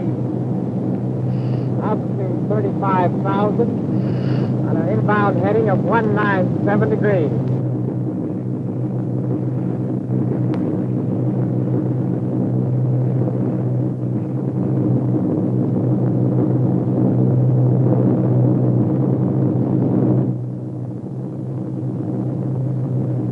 Flight Air Force 653, 30 seconds to go to bombs away.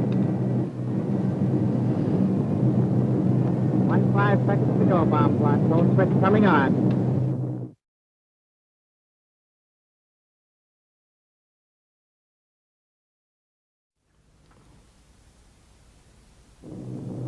Bombs away.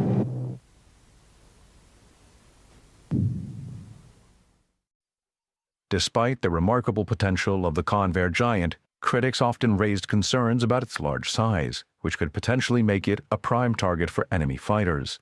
Even before the first B-36 took flight, the Air Force ordered a unique auxiliary, the McDonnell Goblin, intended as a parasite fighter to be carried within the B-36. This extraordinary design was stripped down to the bare essentials and featured fold-down wings that allowed the aircraft to be fully concealed within the B-36's bomb bay. While it was never actually deployed with the Peacemaker, its flight controls were operated from a B-29 mothership, and flight trials began in 1948. In August, with test pilot Ed Scorch secured in the cockpit, the Goblin was launched by a trapeze mechanism from the B-29, and the pilot successfully flew what must be considered one of America's most remarkable fighters. However, upon attempting to reconnect the Goblin's hook to the trapeze, turbulence caused the little fighter to lift, and the mother's plane mechanism broke the canopy, wrenching the oxygen mask away from the pilot. But Scorch was just able to regain control and crash land this tiny fighter.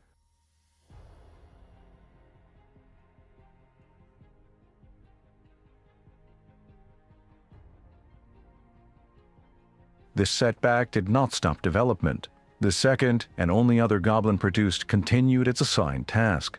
Eventually, on October 14, 1948, a successful hookup was achieved, and the Goblin was pulled up into the B-29's belly. However, despite the bold concept, the bomber-fighter parasite combination was never adopted, as it seemed to pose as many problems as it attempted to solve.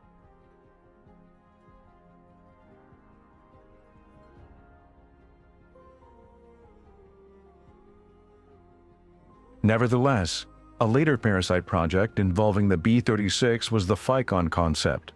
This program commenced in 1952 and entailed mating a Republic F-84 directly underneath a modified Peacemaker.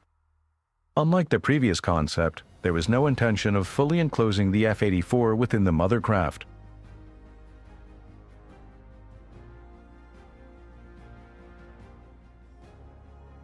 Only after both aircraft were airborne would the fighter pilot enter the cockpit. Together with the highly trained boom operator positioned in the mother plane, they would undertake the delicate task of lowering the fighter using a large hydraulically operated boom to a point below the bomber where the fighter could be safely released.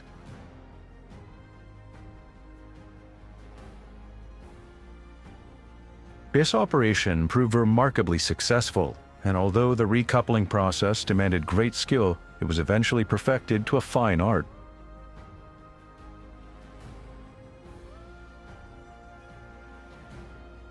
The combination of these aircraft provided many potentials, especially as the pilot was able to come and go from the fighter when it was in the docked position. In reality, the Phycon mission was primarily intended to enhance the reconnaissance capabilities of the B-36.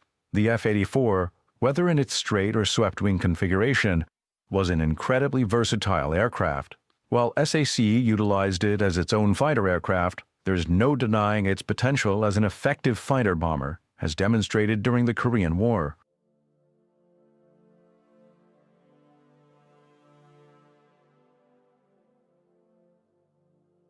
Given SAC's ability to transport such versatile aircraft thousands of miles to the very edge of enemy territory, coupled with the simultaneous development of small, compact nuclear weapons, it's conceivable that SAC could have employed its Phycon combination in a bomber role.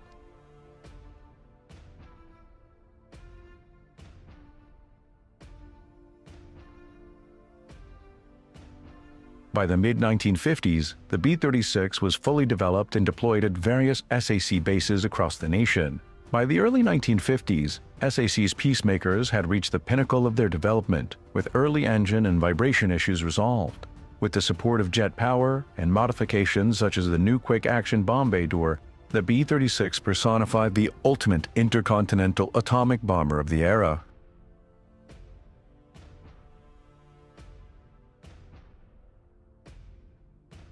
Despite the technical success of the project, it continued to face political and inter-service criticism.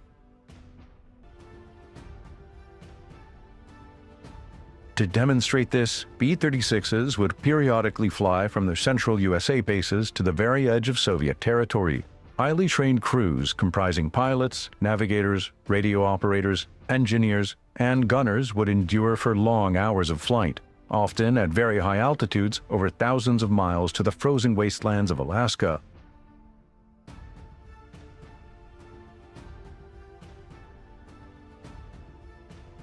These men understood that once in the Arctic region, should their aircraft fail and crash land, as some did, there would be minimal chance of survival in the sub-zero and uninhabited wilderness. Against these prospects, the roar of the Peacemaker's 6-piston and 4-jet engines must have sounded far more a blessing than a curse.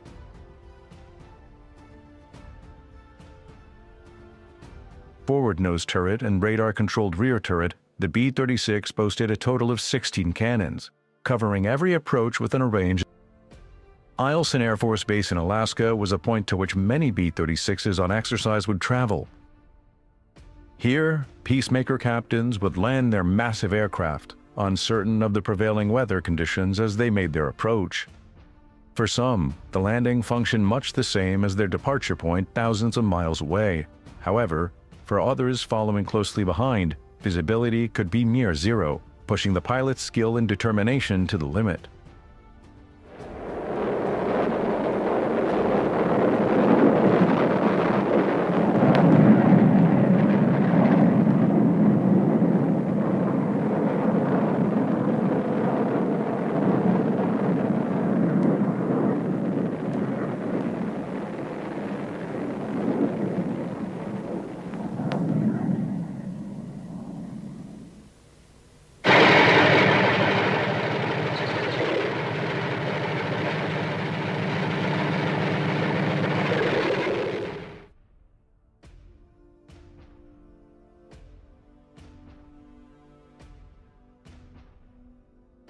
Even in this environment, where weather conditions offered as much protection for grounded aircraft as they posed risks for those in the air, anti-aircraft protection remained abundant.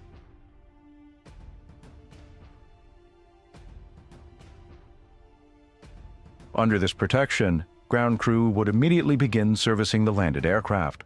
For these men, the journey from aircraft to heated bus was not a short one, and they had to adapt the hostile environment as best they could. With efficiency, the aircraft would be refueled by crews working on the icy wing surfaces, mindful of the potentially fatal consequences of a fall.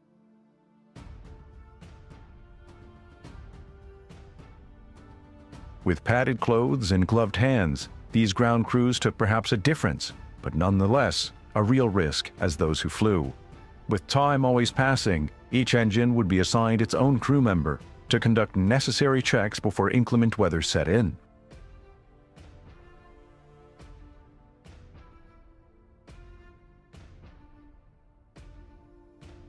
The extreme cold of the region meant that if aircraft had been idle for more than a brief period, the engines would require additional heating, primarily through the large air intakes to prevent them from freezing solid. To address this, large mobile heating units were developed, capable of delivering significant amounts of hot air into and around all the piston engines. The crew compartment also received similar treatment, not only to ensure habitability, but also because instrumentation and onboard equipment would not function effectively in such frigid conditions.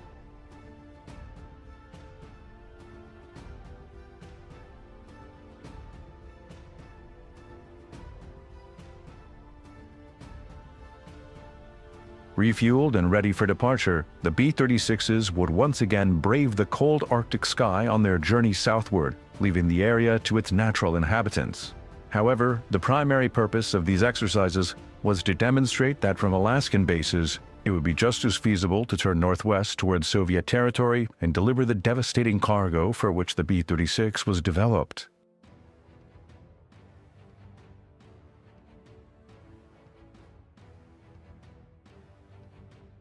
Another type of cargo was also identified. Convair, which designed the 36, won the contract for the Air Force's first supersonic bomber, the B-58 Hustler, which was the culmination of Convair's long involvement with the Delta design. Moving an as-yet unflown bomber from base to base proved to be challenging of a task, until a temporary solution was found, mounting it under a standard B-36 with its two inboard props removed, protecting the wingtips of the newcomer.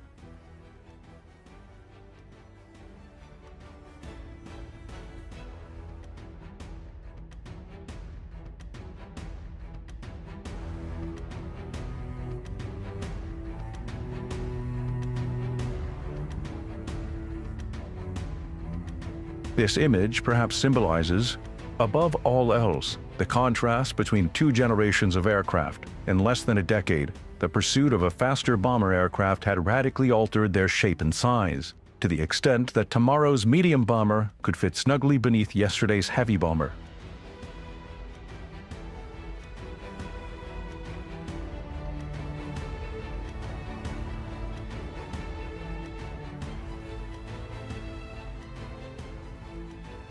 Clearly, the era of giantism was drawing to a close, yet Convair still harbored hopes for its mammoth aircraft in an upgraded form.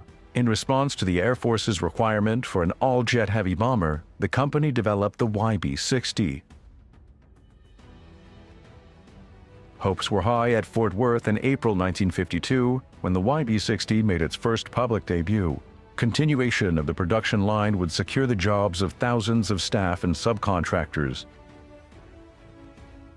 bringing added prosperity to the city that had produced the world's largest bomber.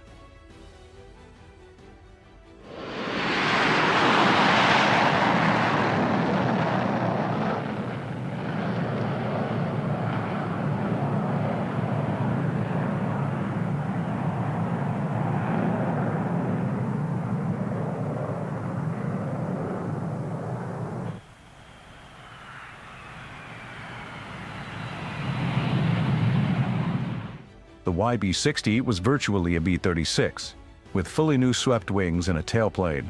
With no defensive armament other than the rear turret, the entire rear crew and quarters were omitted from the YB-60. Enhanced power and reduced weight propelled the YB-60 to a top speed of just over 500 miles per hour. Its production was achieved rapidly, as 70% of its components were standard to the B-36. The Air Force ordered 2 such examples to test the concept, but only actually flew one.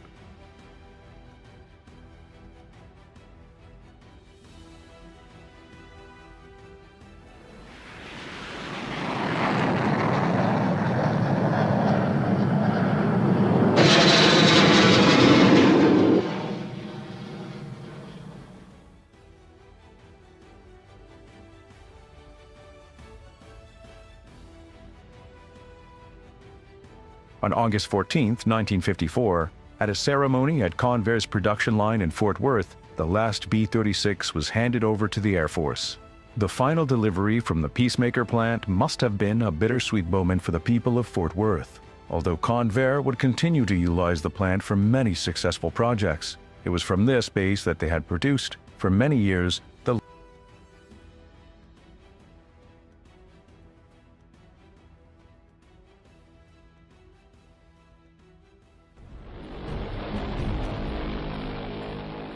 This is the consolidated B-36 intercontinental bomber, sometimes referred to as the Peacemaker or the Big Stick.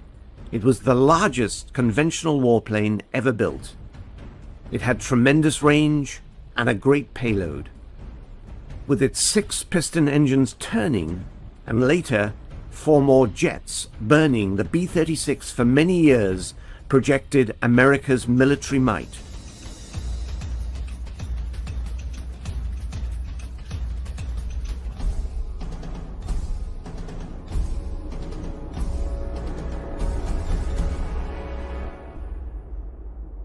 It was a monstrous airplane. It had 6 engines, and they were pusher props. Now later on they hung jet pods on the ends of the wing, but the early models were all piston engines, pushers. It was a huge airplane, and it was designed then to carry atomic weapons.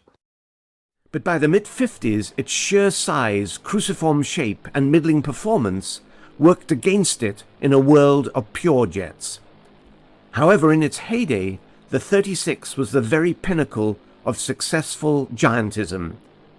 Rather surprising given that a decade and a half earlier, the United States had all but abandoned the idea of operating massive aircraft known as XBLRs, or the Experimental Bomber Long Range.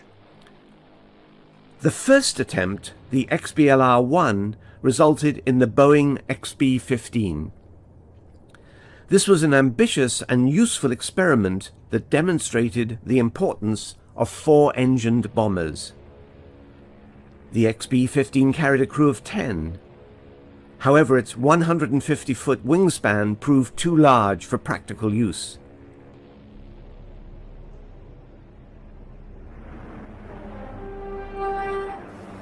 But Boeing's next offering, the XB-17, which followed a year later, perfectly met the needs of the Army.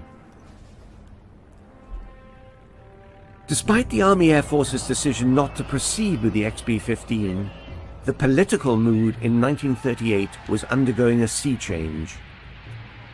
With the acquisition of total power by the Nazi Party, American military planners had to contemplate a scenario of German domination of Europe, including Britain. In America in 1938, the question being secretly asked was, what if Britain did fall? Perhaps the only way of striking back at the Axis powers in Europe was with the once dismissed experimental bomber long range. The XB-LR2 came together as the XB-19, somewhat bigger than the XB-15, and in fact bigger than any other aircraft in the world at that time. It was to be built by Douglas Aircraft in California. However, by the time the B-19 first flew, the Battle of Britain had already been won, when a few hundred pilots of RAF Fighter Command were just able to halt the Nazi juggernaut. Notwithstanding these events, the B-19 project continued.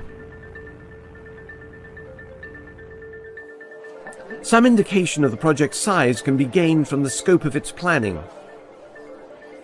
The XB-19 required no less than 4 acres of drawings, 500 engineers, and more than 2 million hours of R&D and construction.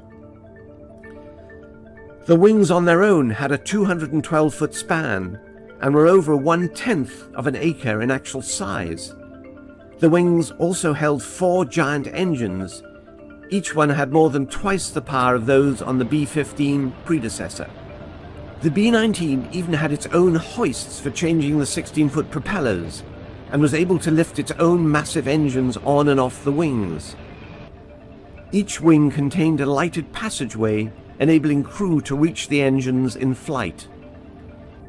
The 2 massive main tires were 8 foot high, and each was of 24 ply, using 150 miles of rayon cord and 3 miles of steel wire. All of the flying control surfaces were so large that they could only be operated via power-assisted devices. The rudder alone took up an area of 237 square feet of movable surface. To communicate within such a large aircraft, it was necessary to install a 24-set telephone system and a loudspeaker cum fire alarm warning device. And to enable missions of up to 3 days and accommodate at least 13 crew, it was necessary to have a galley, a wardroom, as well as a bunk room. Such were the proportions of what Douglas liked to refer to as their hemispheric defender. In theory, this behemoth flying machine could fly more than 1/3 of the distance around the world without refueling, perhaps reaching parts of Europe and the return trip too.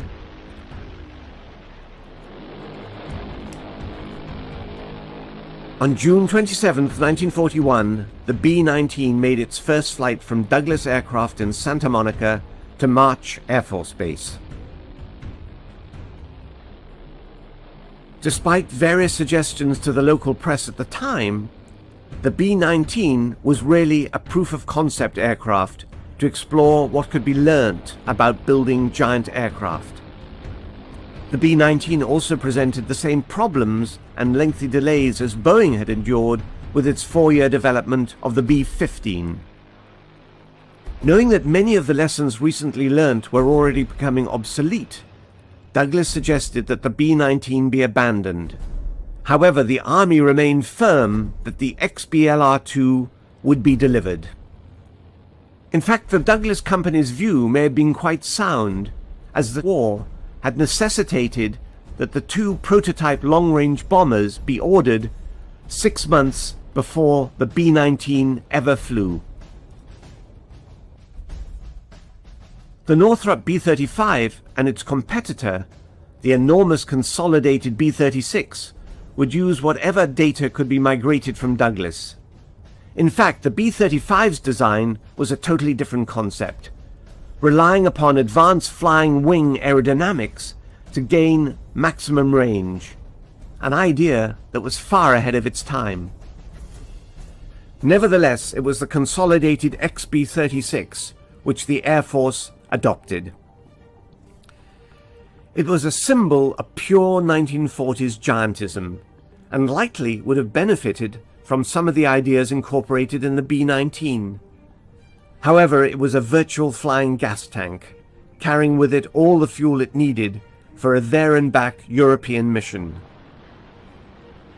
The Second World War had come and gone before Consolidated's giant reached production, and as Britain did not fall to Germany, the 36's absence had no impact on the conflict, although its presence became critical in the Cold War that followed. It was during this potentially cataclysmic test that America's Peacemaker really came of age. The newly formed Strategic Air Command under General Curtis LeMay would regularly fly to far distant territories just to demonstrate its enormous reach. It was all a very effective show of force, although by the mid-50s, one that was starting to be questioned. The airplane flew like a glider. It was easy to fly. Anybody could have flown it with 5 hours of stick time. It was a beautiful airplane. It's good that they never had to fly military missions, even with the 4 jet engines which were placed on later.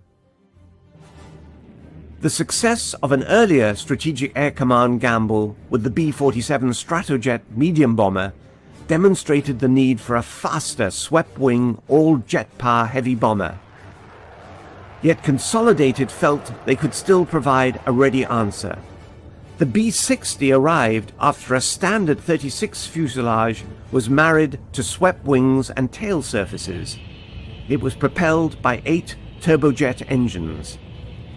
The concept would have been economical, but advances in in-flight refueling made it no longer necessary for massive fuel loads to be carried. The age of giantism was coming to an end. Strategic Air Command wanted a smaller, faster and more sophisticated heavy bomber, and Boeing's B-52 Stratofortress fitted the bill. And in terms of years of service for dollars spent, the B-52 was able to adapt and evolve in a way Convair's Big Stick never could. Still, credit where it's due. The B-36 was for a number of years America's sole intercontinental bomber and served as an effective deterrent, appropriately earning the type its other nickname, the Peacemaker.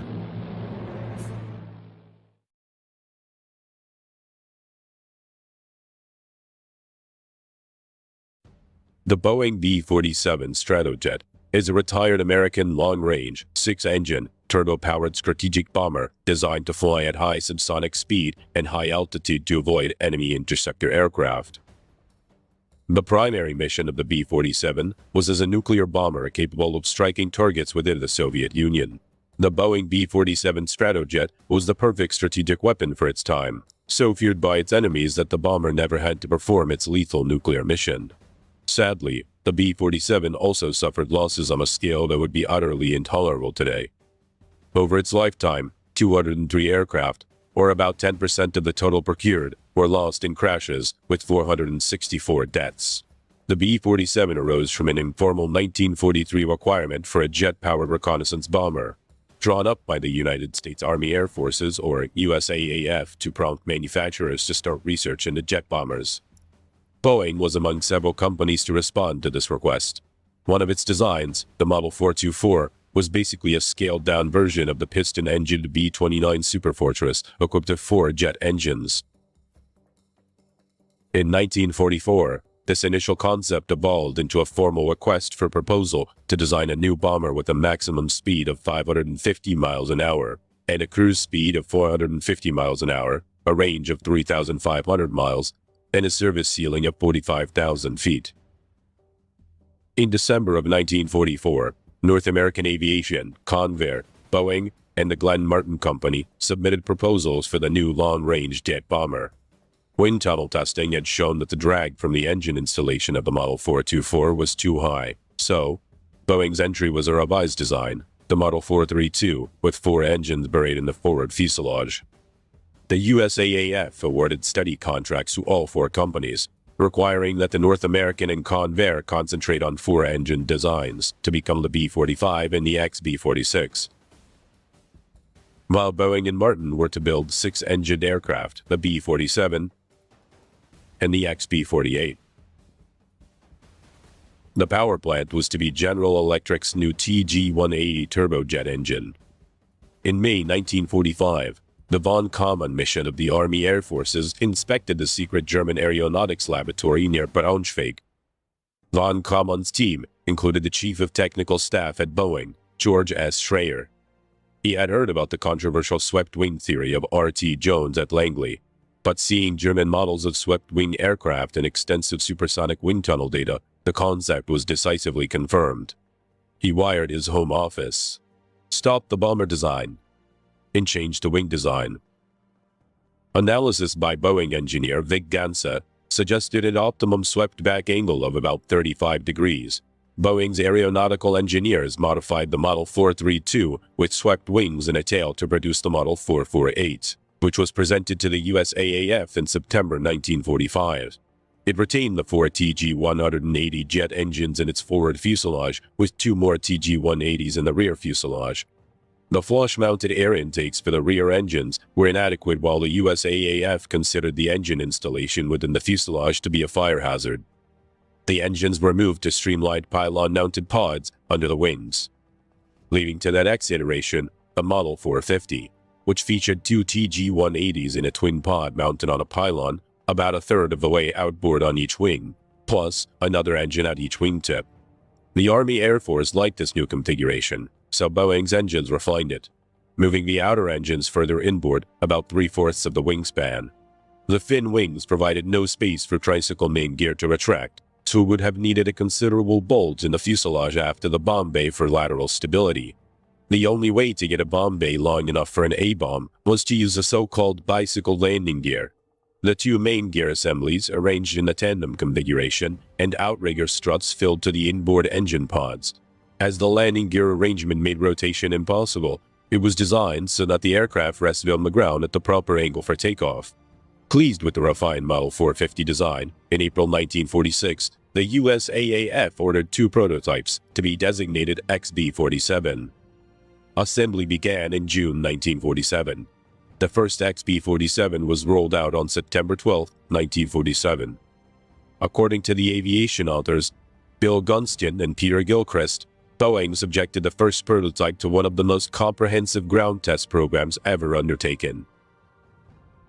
The XB-47 prototype flew its first flight on the 17th of December 1947, with test pilots Robert Robbins and Scott Ulster at the controls. It lasted 27 minutes, flying from Boeing Field in Seattle to Moses Lake Airfield in central Washington state. While not experiencing major problems, the emergency hot wire system was needed to raise the flaps, and the engine fire warning indicators falsely illuminated. Robbins stated that it had good flight characteristics. Robbins had been skeptical about the XB-47, saying that before his first flight, he had prayed, "Oh God, please help me through the next 2 hours." Robbins soon realized that he had an extraordinary aircraft. Chuck Yeager also flew the XB-47, noting it was so aerodynamically clean that he had difficulty landing on the Edwards Lake bed. In February 1949, Russ Schlee and Joe Howell broke all coast-to-coast speed records, flying from Moses Lake Air Force Base to Andrews Air Force Base, averaging 607.8 miles per hour. During an early flight test, the canopy came off at high speed, telling pilot Scott Osler. The aircraft was safely landed by the co-pilot. The accident resulted in a canopy redesign and the hiring of pilot Tex Johnston as chief test pilot. The second XB-47, designation 46066 prototype, first flew on the 21st of July 1948, and, following its delivery to the USAF in December of that year, served as a flying testbed until 1954. Its final destination was Chinook AFB, where it was used as a maintenance and familiarization aircraft. The second prototype was equipped with the more powerful General Electric J47 GE-3 turbojets. The first prototype was later retrofitted with these engines. Flight testing of the prototypes was careful and methodical, since the design was so new in so many ways. Both XB-47 prototypes were test flown at Edwards Air Force Base. The first XB-47, designation 46-065, was disassembled and scrapped in 1954, making the second prototype, 46-066, the sole surviving XB-47. In late 2015, the Flight Test Historical Foundation began fundraising to purchase XB-47 for relocation to the Flight Test Museum at Edwards Air Force Base. The purchase was completed in August 2016, and, on September 21st, the aircraft arrived at Edwards Air Force Base for reassembly, restoration, and eventual display at the Flight Test Museum. By mid-1948, the USAF's bomber competition had already been through one iteration, pitting the North American XB-45 against the Convair XB-46. The expectation was that the B-45 production would be terminated if either of the remaining two designs in the competition, the Boeing XB-47 and the Martin XB-48, proved superior.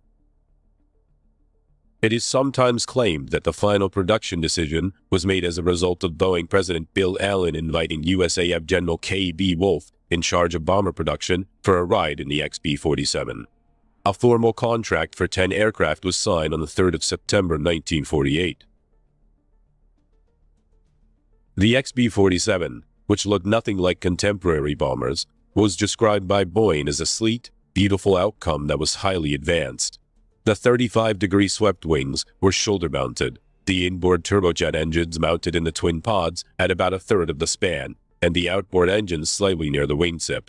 This arrangement reduced the bending moment at the wing's roots, saving structural weight. The engine's mass acted as counterflutter weights.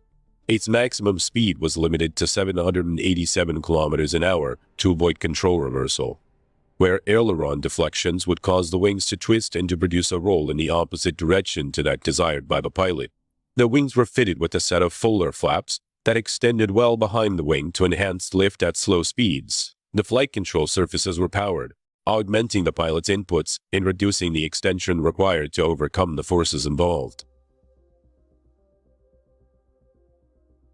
The XB-47 was designed to carry a crew of 3 in a pressurized forward compartment, a pilot and a co-pilot, in tandem, in a long fighter-style bubble canopy, and a navigator in a compartment in the nose. The co-pilot doubled as a tail gunner, using a remotely controlled radar-directed tail gun, and the navigator as a bombardier. The bubble canopy, which provided a high level of visibility to the pilots, pitched up and slid backwards. As the cockpit was high off the ground, the crew entered via a door in the ladder on the underside of the nose. The extreme front of the nose was initially glazed for visual navigation and bomb sighting, but this requirement was soon deleted together with the glazing. Most production versions had a metal nose with no windows. A K-series bomb sight provided integrated radar navigation and visual navigation. The optical portion extended through the nose in a small dome. During the late 1940s, the bomber was hailed as the fastest of its class in the world. The first prototypes were fitted with General Electric's J-35 turbojets, the production version of the TG-180, with 3,970 pounds of thrust. Early jet engines did not develop good thrust at low speeds, so to assist the takeoff when heavily loaded, the B-47 had provisions for fitting solid-fuel rocket-assisted takeoff or RATO rockets, each generating roughly 1,000 pounds of static thrust. Early aircraft had mounts for 9 RATO units, built into each side of the rear fuselage, arranged in 3 rows with 3 bottles. Most of the space within the upper fuselage was taken up by self-sealing fuel tanks, the wing having been deemed unsuitable for storing fuel. The performance of the Model 450 was projected to be so good that the bomber would be as fast as fighters than on the drawing board. Thus, the only defensive armament was to be a tail turret with 250 caliber or 12.7mm AN-M2 Browning machine guns, which would in principle be directed by an automatic fire control system. The two XB-47s were neither fitted with combat equipment nor tail turrets, as they were engineering and flight test aircraft only. The total bomb load capacity was to be 25,000 pounds. Production aircraft were to be equipped with modern electronics for navigation, bombing, countermeasures, and turret fire control. Navigation was more difficult than on earlier aircraft due to the higher speed involved. One problem with the aircraft was that at higher altitudes, where the pure turbojet engines could produce good fuel economy, the wing was very compromised. At the top of the B-47's envelope, about 35,000 feet, it was coffin corner. That means at this level, which produced the most range at most weights due to fuel consumption, there was an envelope of 9.3 kilometers an hour between maximum Mach and stall speed. For the B-47 to cross the Atlantic Ocean, it had to be flown this high. Due to its rudimentary autopilot, the pilot had to leave it turned off and spend up to 8 hours diligently monitoring the airspeed and adjusting the throttles to avoid going into stall.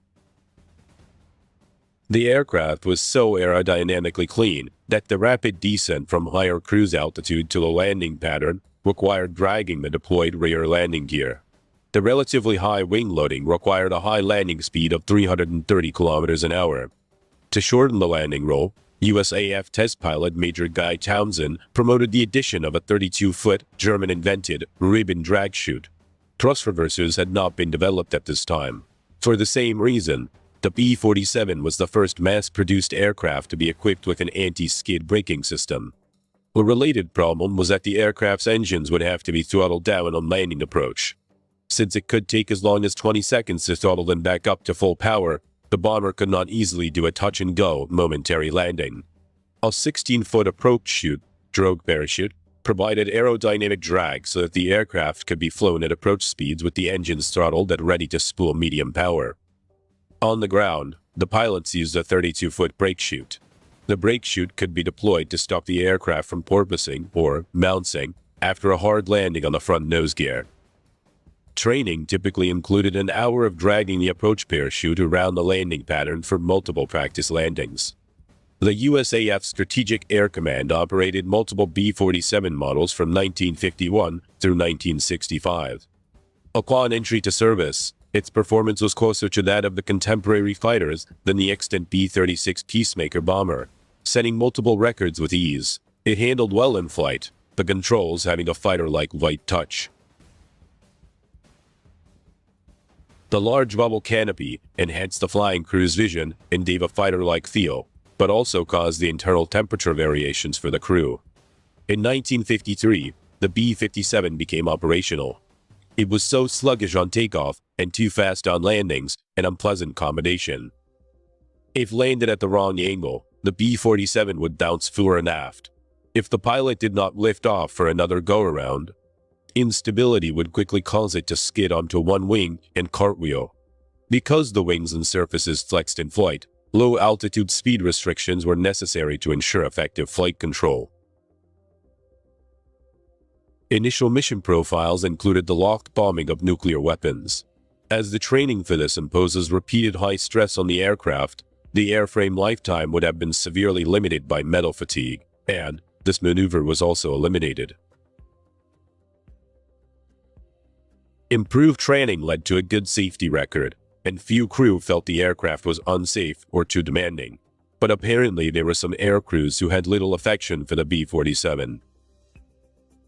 By 1956, the USAF had 28 wings of the B-47 bombers and 5 wings of RB-47 reconnaissance aircraft. The B-47 was the first line of America's strategic nuclear deterrent, often operating from forward bases in the UK, Morocco, Spain, Alaska, Greenland, and Guam. B-47s were often set up on the 1/3 alert, with a third of operational aircraft available sitting on handstands or an alert ramp adjacent to the runway, landed with fuel and nuclear weapons, crews on standby, ready to attack the USSR at short notice. Crews were trained to perform minimal interval takeoffs, one bomber following another into the air at intervals of as little as 15 seconds to launch as fast as possible. MITO could be hazardous, and with water injection systems also created dense black smoke. The B-47 was the backbone of SAC until 1959. when the B-52 began to assume nuclear alert duties and the number of B-47 bomber wings started to be reduced. B-47 production ceased in 1957, though modifications and rebuilds continued. Operational practice for B-47 bomber operations during this time went from high-altitude bombing to low-altitude strike, which was judged more likely to penetrate Soviet defenses. Crews trained in pop-up attacks, coming in at low level at 787 kilometers an hour and then declining abruptly near the target before releasing a nuclear weapon. One of the more notable mishaps involving a B-47 occurred on the 5th of February 1958 near Savannah, Georgia, in the so-called 1958 Tybee Island B-47 crash. A B-47 based at Homestead AFB, Florida, was engaged in a simulated combat exercise against an F-86 fighter. As was the practice at the time, the B-47 was carrying a single 76,000-pound or 3,400-kilo Mark 15 nuclear bomb without its core. During this exercise, the two aircraft collided. The F-86 crashed after the pilot ejected, while the B-47 suffered substantial damage, including loss of power and one outboard engine. After 3 unsuccessful landing attempts at Hunter Air Force Base, the bomber pilot had to soft-drop the Mark 15 weapon off the coast of Savannah, Georgia, near Tybee Island, after which the B-47 landed safely. Despite an extensive 9-month search, the unarmed bomb was never found. Additional fatigue problems appeared later, especially in the upper fuselage longerons, but for the most part, B-47s were cleared for flight. Although the response to the emergency was ultimately successful, the results were not immediate. Despite a dramatic dip in flying hours, there were 22 more B-47s destroyed in 1958. Not until 1960 did the corrective efforts take full effect, and as the B-52 fleet grew, economics dictated that the B-47 phase-out would follow. By 1966, only 16 B-47s were left operating. For a time, the B-47's high performance and diligent crew provided the United States with overwhelming strategic advantage, but the experience was a sobering one. SAC learned from it. It vastly improved training and flying safety procedures, and the B-52 quickly became the Air Force's principal nuclear bomber. The final recorded flight of a B-47 was on the 17th of June 1986, when a B-47E was restored to flight-worthy condition for a one-time ferry flight. This aircraft was flown from Naval Air Force Weapons Station, China Lake, California, to Castle Air Force Base, California, for static display at the Castle Air Museum, where it patiently resides.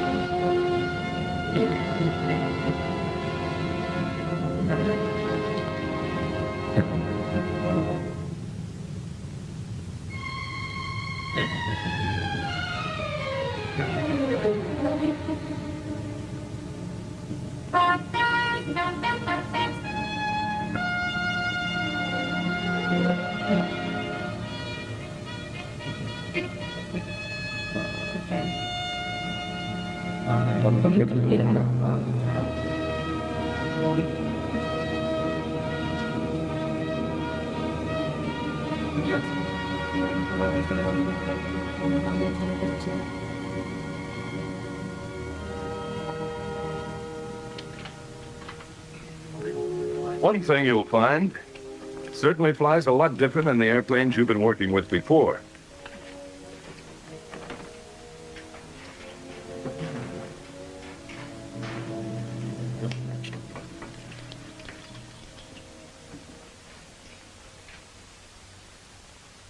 When you get in the front seat, even with an instructor pilot in the rear, you must have full knowledge of the aircraft, its systems, emergency procedures, its capabilities, and limitations.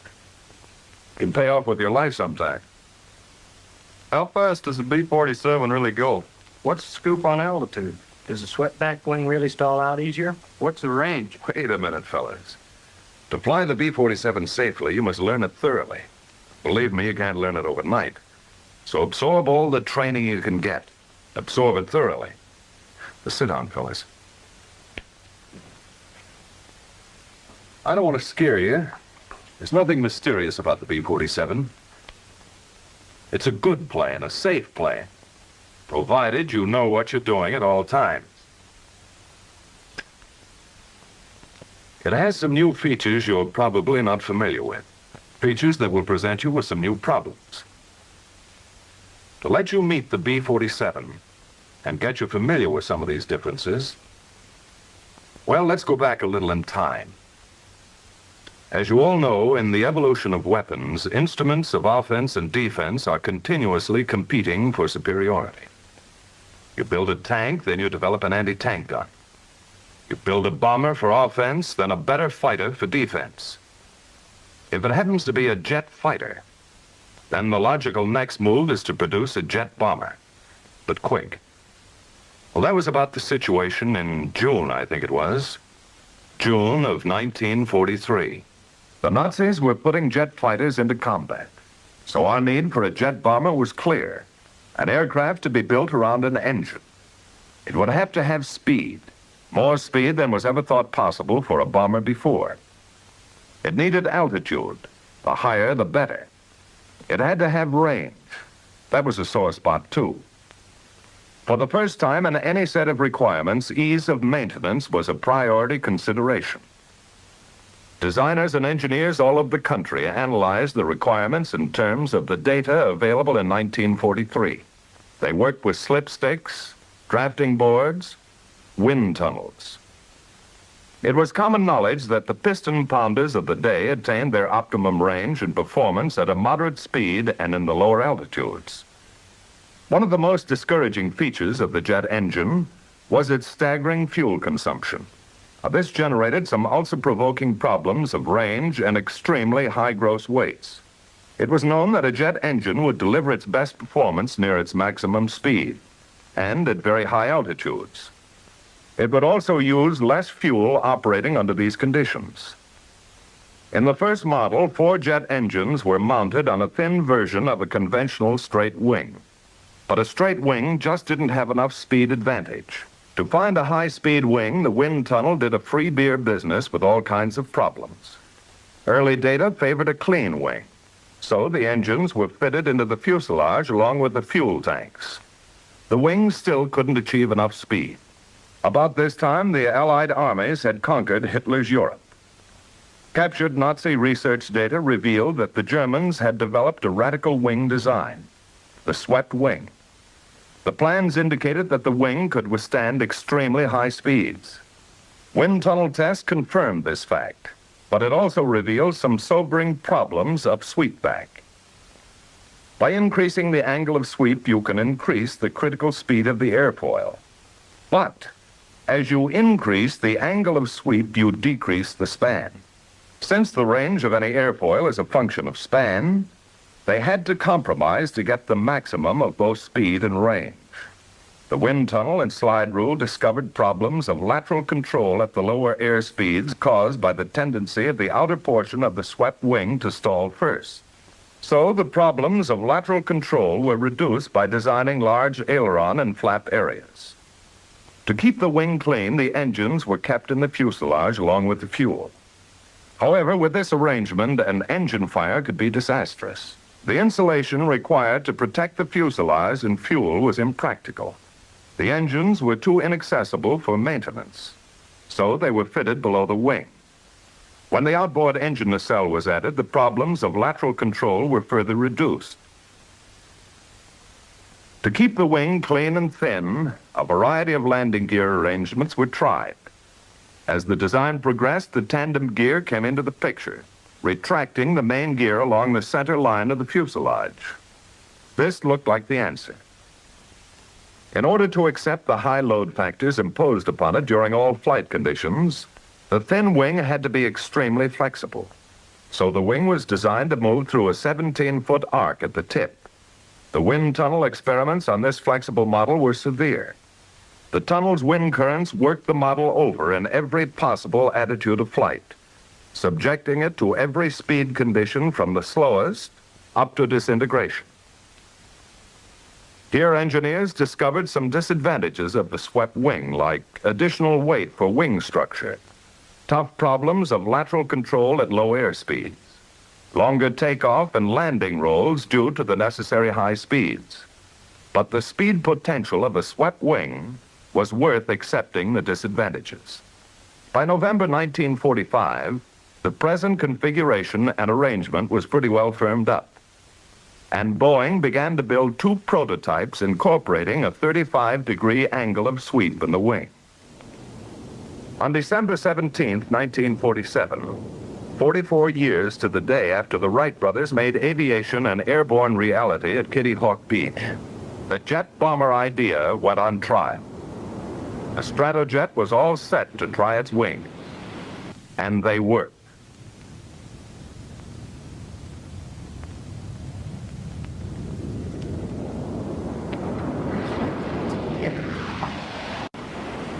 A bomber designed to have a margin of performance over all other aircraft.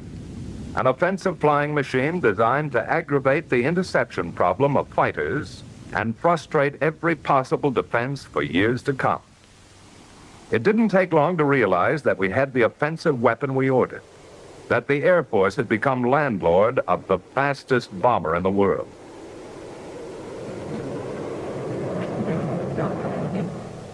The first airplanes that rolled off the assembly lines at Wichita were subjected to intensive tests by a composite group of Air Force specialists. They learned the airplane the hard way during extensive, sometimes merciless operational suitability tests. A lot of plain old hard work to learn if it was a safe airplane, how to maintain it, what supplies, facilities, and personnel were needed. The test program paid off in a big way for the Air Force. Sizable dividends in knowledge and experience. For instance, they learned some very important facts about landing. Don't land the front gear first. If you do, the rear gear is forced down and the airplane is flying again at a dangerous angle of attack. Under normal conditions, don't pull the drag chute in the air, because it will decelerate the plane into a stall condition and may prove dangerous if the plane is too high. The chute can correct for many things in a landing, such as drifting in a crosswind, bounce on landing, or too fast an approach. However, it should not be used as a pilot error corrective measure. With their test, the men of the project were able to discover many of the shortcomings and limitations of the B-47 early, so that the manufacturer could correct for them and minimize the modifications necessary on the mass production model. Here's a bird that will perform successfully if you, the people who will make the decisions at the controls, will only spend the effort to learn and adapt to a new set of flying problems and characteristics. That's your mission. When you've completed that mission, you'll be B-47 crew members yourselves. You know, the B-47 is a pretty outstanding airplane on the ground, too. It's covered with maintenance access panels to help the men behind the flying crews to do their jobs in less time than previous bombers required. Packing that handy drag chute is no problem either. It's almost as easy as putting dirty clothes in a barracks bag. Your B-47 needs an amazing volume of fuel for a long-range operation. In a jet airplane, fuel is a critical item. Every phase of your mission plan, range, endurance, as well as takeoffs and landings, gives fuel quantity a high priority. So your cockpit fuel gauges read in pounds and not in gallons. This lets you know at a glance the weight of the fuel available in your tanks, and what's more important, the amount of power you have to complete your mission. Now that you're here to become B-47 crew members, it won't be long until you find out for yourselves that operating a B-47 is an elaborate and serious enterprise. So you plan seriously for every detail of the mission. Just keep in mind that with the high speed and limited fuel, your mission plan for this aircraft has to be right the first time. Now, actually, a B-47 mission plan is less complicated, but a lot more critical than mission plans for the aircraft you have been flying. Anyone who has flown the airplane on a few missions will tell you that you can get the complete advantages out of every feature of the B-47 if you will plan every phase of its operation. In the air, you know you're going to be your own flight engineer. Even so, planning your missions in a B-47 is really simpler than with previous bombers. You don't have the old string of problems like cowl flaps, mixture controls, manifold pressure, and so forth. But you do have some new problems to consider with the airplane. And you'll have the solution right with you, as standard an item as your oxygen mask and crash helmet. If you're serious with your mission plan, it's like a guarantee in writing that you'll be getting the maximum performance out of the airplane. There's only one altitude for the best range. Since it's based largely on gross weight, your mission plan figures the fuel you're going to use for taxi and takeoff, and during climb to altitude. In order to maintain your optimum altitude at all times, you allow for the rapid decrease in gross weight by use of a climbing flight plan.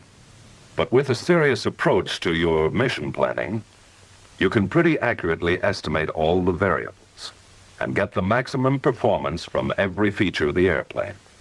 To guarantee that you'll be around to collect some of those fogies you're building up, don't be in too big a hurry when you get out to the airplane. It's never a bad idea to start things off discussing the status of the airplane with the crew chief. He won't be around if you need him upstairs. Flying this fruit makes large demands on all the plane driving experience you've ever logged. So don't slough off anything on that exterior inspection.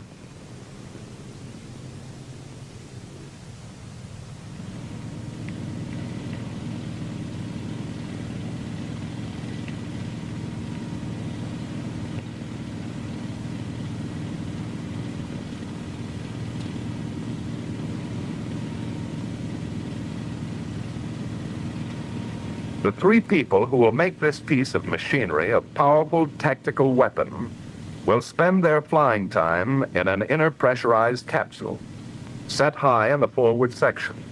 The cockpit checklist is designed to save time and fuel on the ground, because every minute the engine runs on the ground cuts a big chunk off your flying range. To complete the cockpit check requires interphone conversation between the three crew members and the man on the ground. Let's have an interphone check. Co-pilot ready. Navigator all set. Ground crew ready. Ready to check surface control. Boost off. Right aileron up. Left aileron down. When you're flying at high speeds, the air exerts an extremely heavy force on all the control surfaces. In this airplane, you have the option of greatly reducing the effort involved by cutting in the hydraulic power control system, the boost, to all the control surfaces. The newness of the airplane, with its new pattern of flying characteristics, required a new kind of control surface, the flaperon. They're practically identical to the flaps in every way, but their function is unique. They're available to minimize and perhaps eliminate a potentially serious problem of maneuvering the B-47. The basic problem is simply this. On a swept wing, the center of lift tends always to shift outboard. At low air speeds, in a stall for example, the still air on the top surface of the wing moves toward the wing tips and literally piles up. With the surface power control on, the flaperon, once extended, will rotate upward when the aileron on its side goes up over 5 degrees. The flaperon actually spills the still air before it can pile up and create a serious lateral control problem at low air speeds. You don't have to allow any time for engine warm-up. Once these jets are fired up, they're ready to fly. They do have a mean streak, so clear the danger areas well ahead and behind the engines and go to it. Ready to start number 4. Co-pilot ready. We're on clear and ready. Energizing number 4.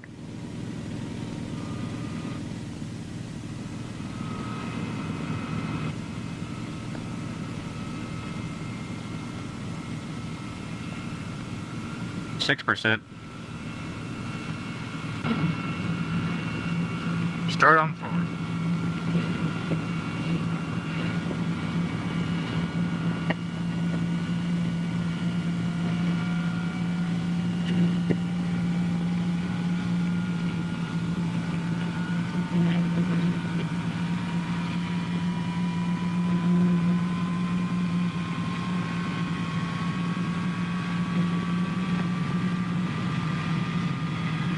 Third round number 4, ready for 5. Don't be in too big a hurry to get them all going. There's no easier way to wash out a jet engine than poor starting technique.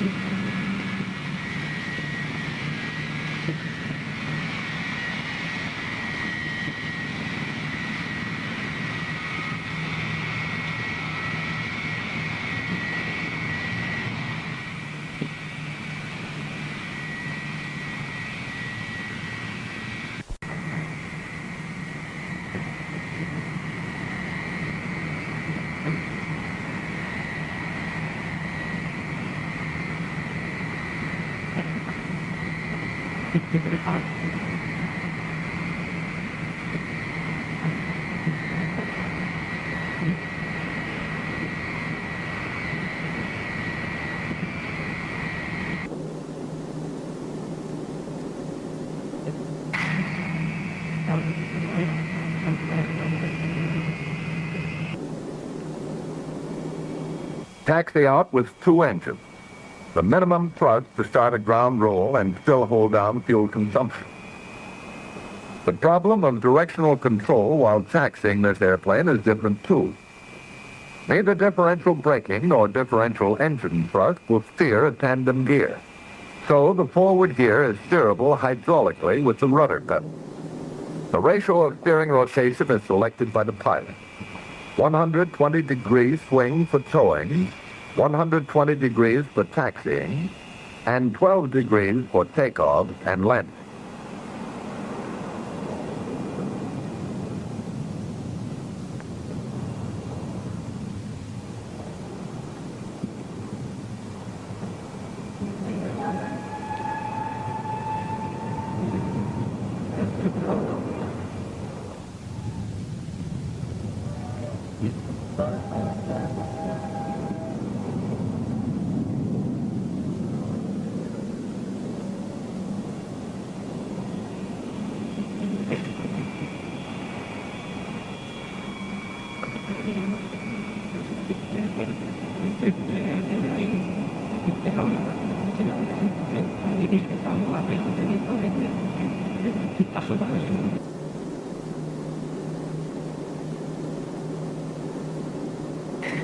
Once you're lined up on the runway, all you need is a final check and power for the takeoff roll.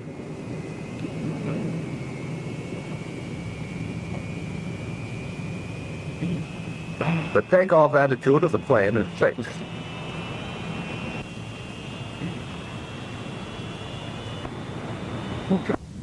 You always take off and land with full flaps. At a crosswind, you'll use some aileron to keep from lifting. The flap rods will be in there pitching too. You can't pull it off. When it's good and ready, the plane will fly off by itself.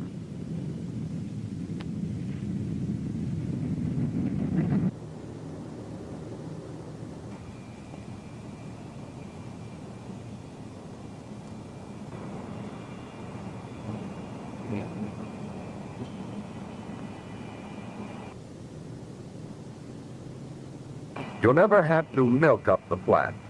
If you reach your mushing or sinking point before you have sufficient flap-up speed, the flaps will stop automatically until safe speed is achieved.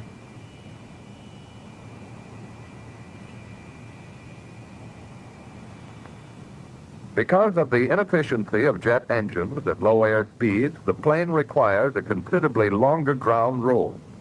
The airplane was designed to have a maximum gross takeoff weight of over 180,000 pounds. Gross weight, runway elevation, and outside air temperature have a large effect on takeoff distance. So, under certain conditions, the B-47 needs some sort of assistance for takeoff. In your mission plan, you determine your optimum speed for firing the unit. When you're ready, they fire simultaneously by a single switch.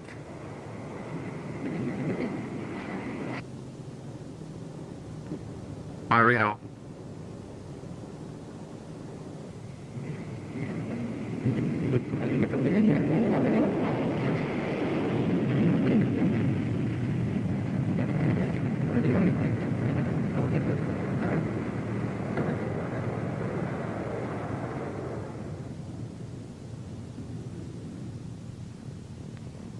Your fuel consumption can be 3 times as great at sea level as at high altitude.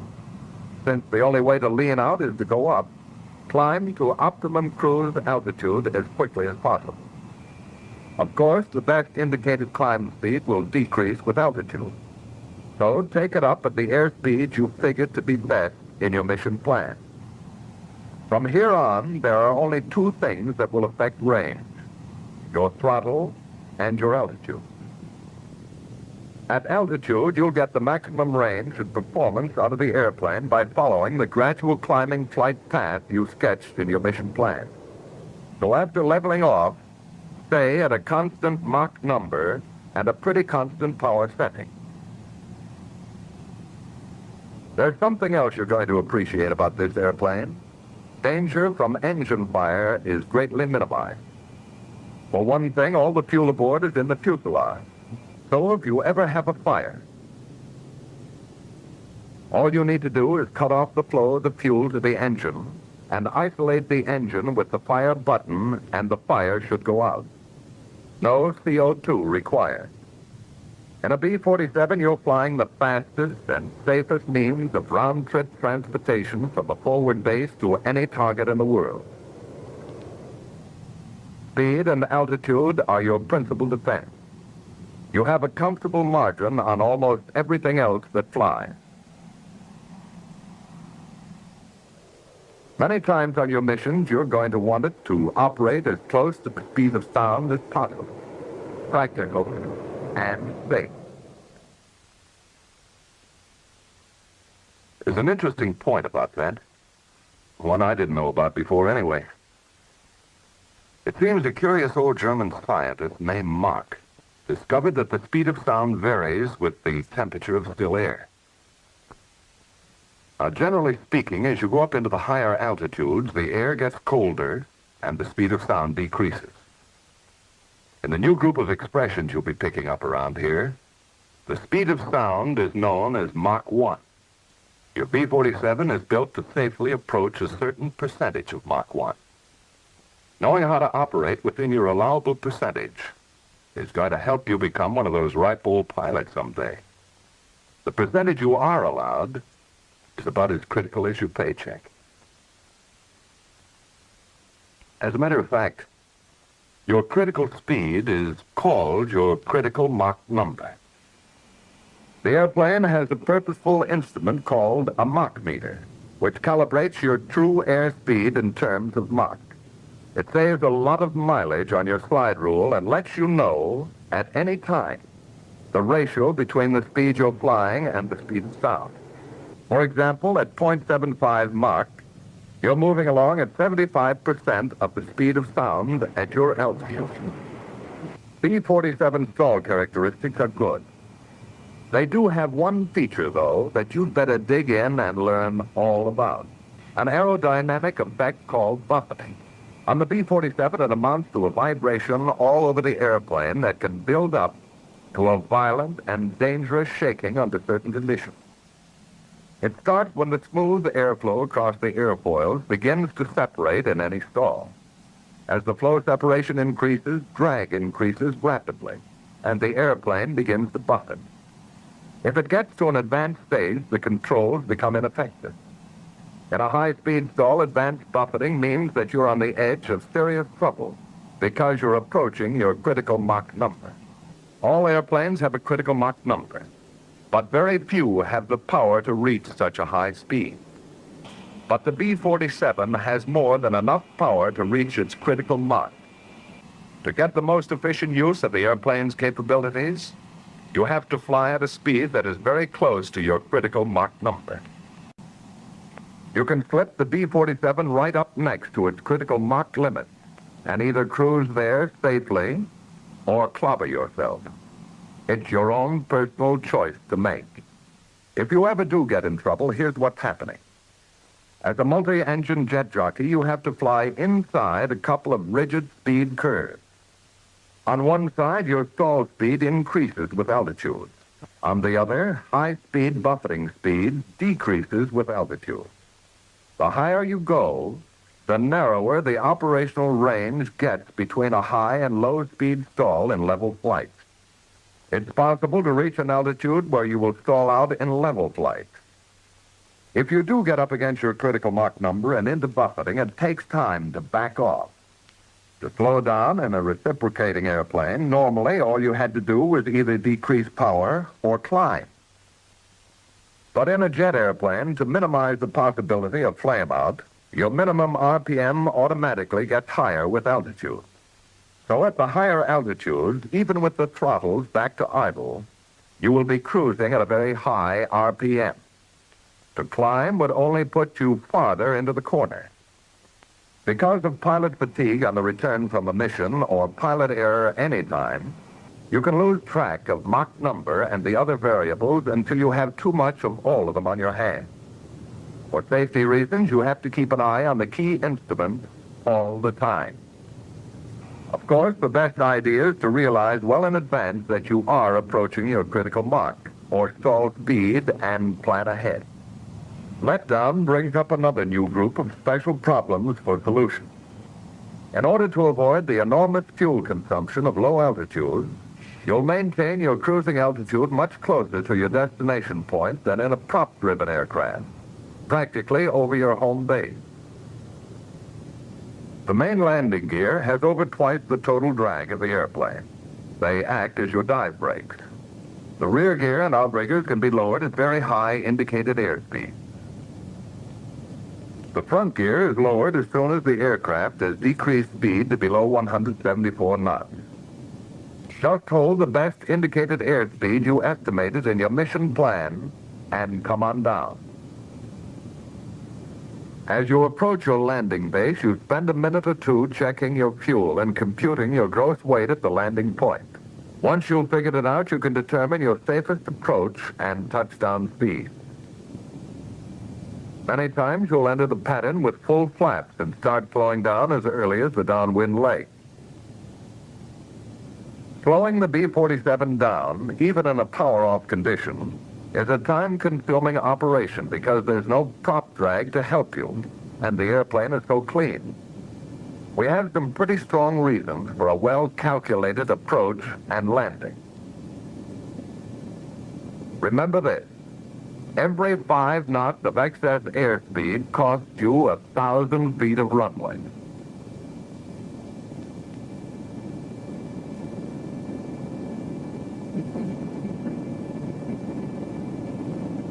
Once you're committed to a landing, don't hold the airplane off.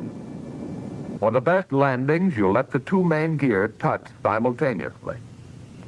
But it's still a good, safe landing if the rear gear touches first and the forward unit settles easily on the runway. In a crosswind during both takeoff and landing rolls, you can hold the wings level with the aileron.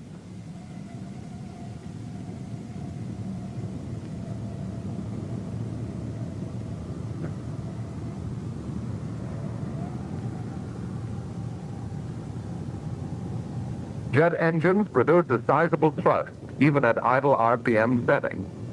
It takes about twice as long to go from idle to 100% as from 50% to 100%.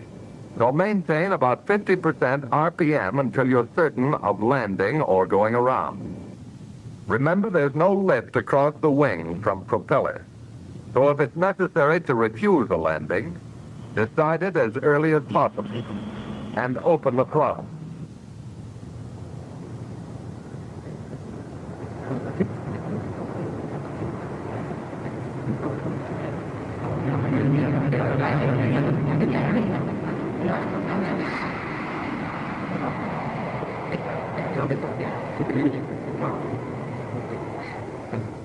Since approach speeds are very close to actual touchdown speed, fly well ahead of the airplane, all the time.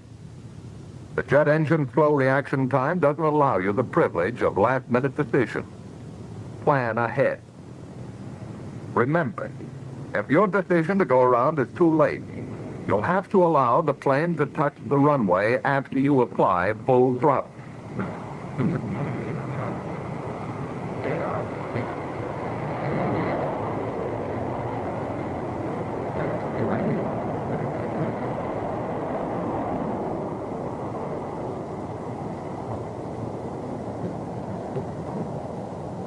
You can cut your ground roll almost in half by releasing the drag chute as you contact the runway.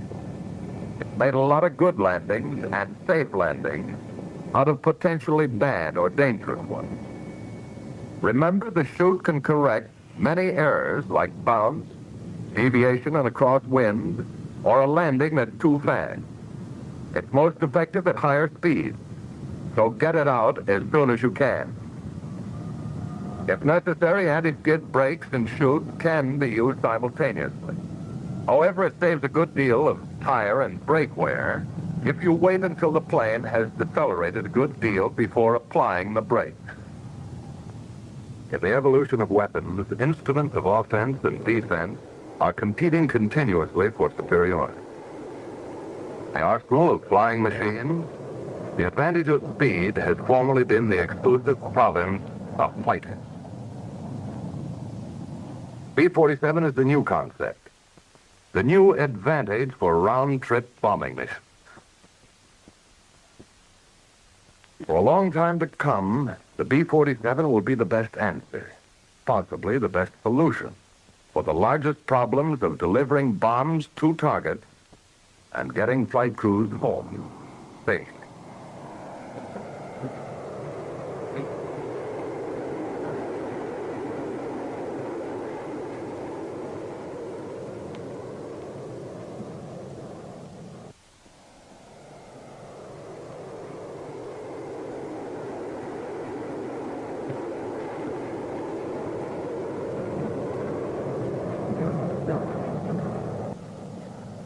In the B-47, your greatest asset is speed. If you'll have enough of it at your fingertips to make interceptions by present-day fighters extremely difficult. The B-47 has a way of flying all its own. It takes a little time and a lot of hard work to master it. But if you honestly like to fly, it's worth it. It's really the best.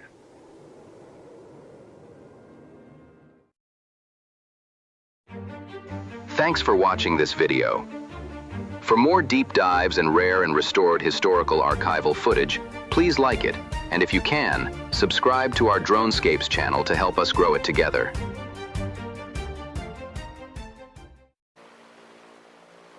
This is the United States Air Force Convair B-36 bomber.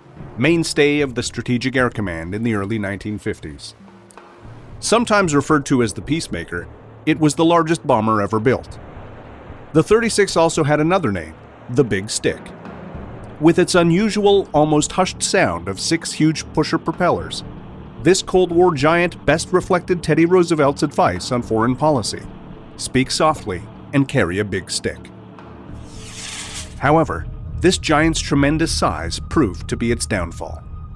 It's good that they never had to fly military missions because they'd have been sitting ducks. The B-36 reflected a radar cross-section pattern of 44 square meters, which is tremendous. The crews always knew they were going to be in trouble when they tried to invade any Russian target.